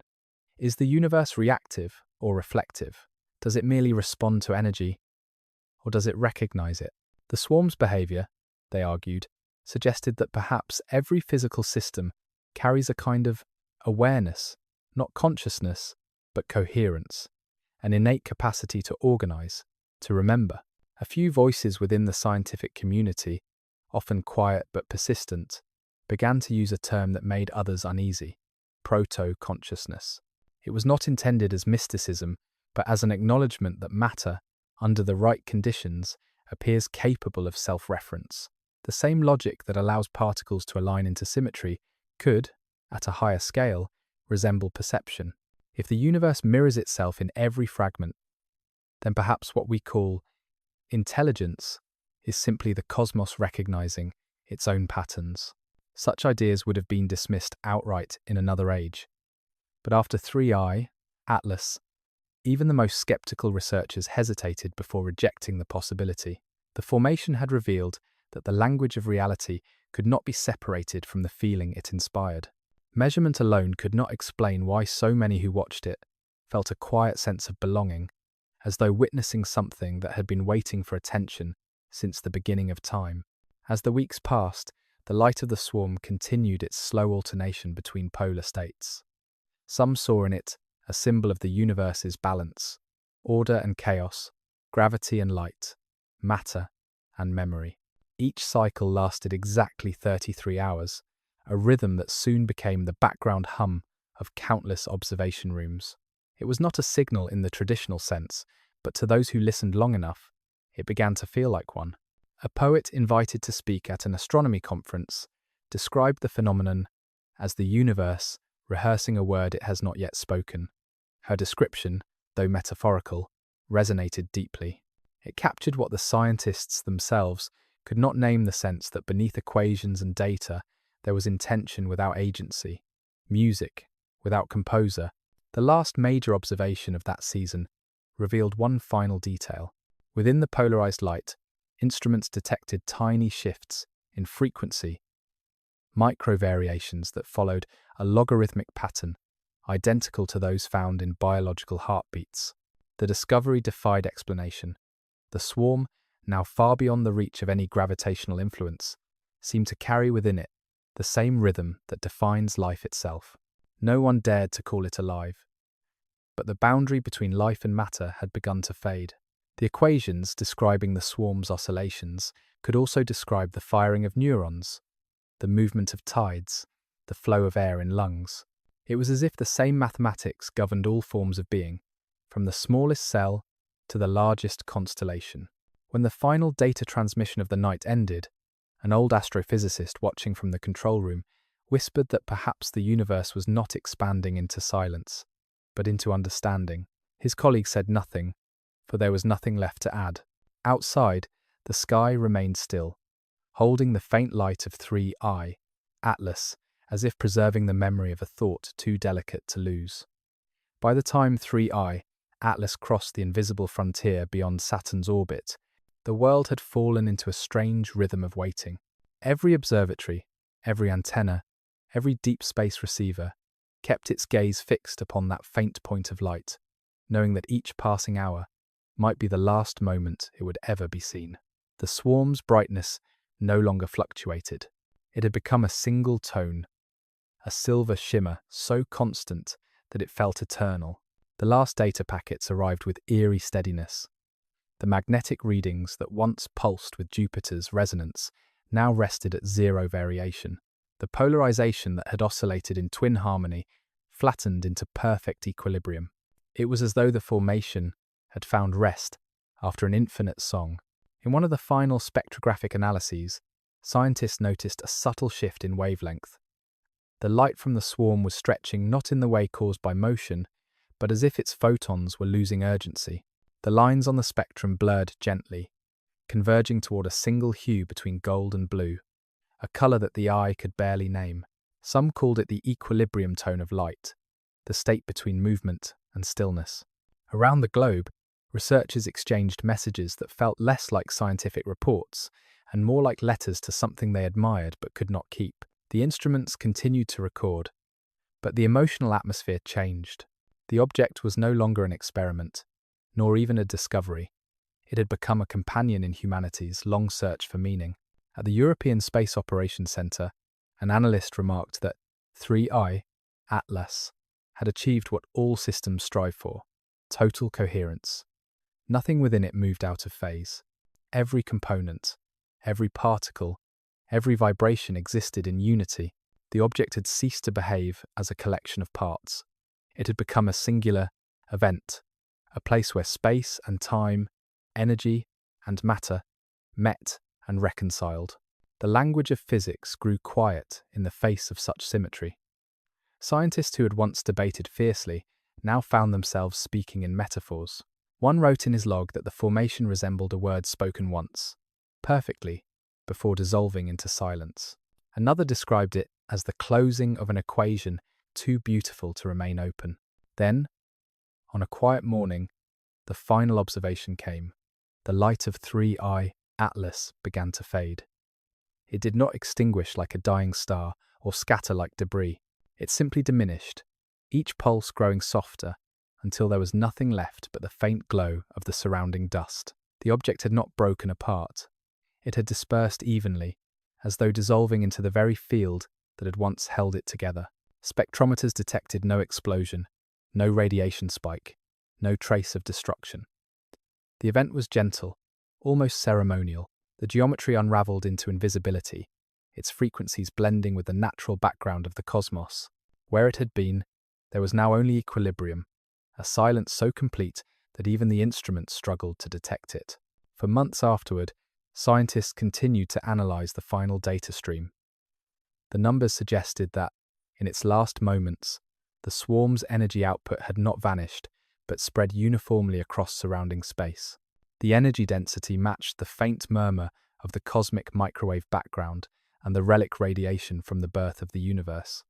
It was as though the object had returned its essence to the oldest light of all. The realization carried an almost sacred weight. What humanity had witnessed was not destruction, but return.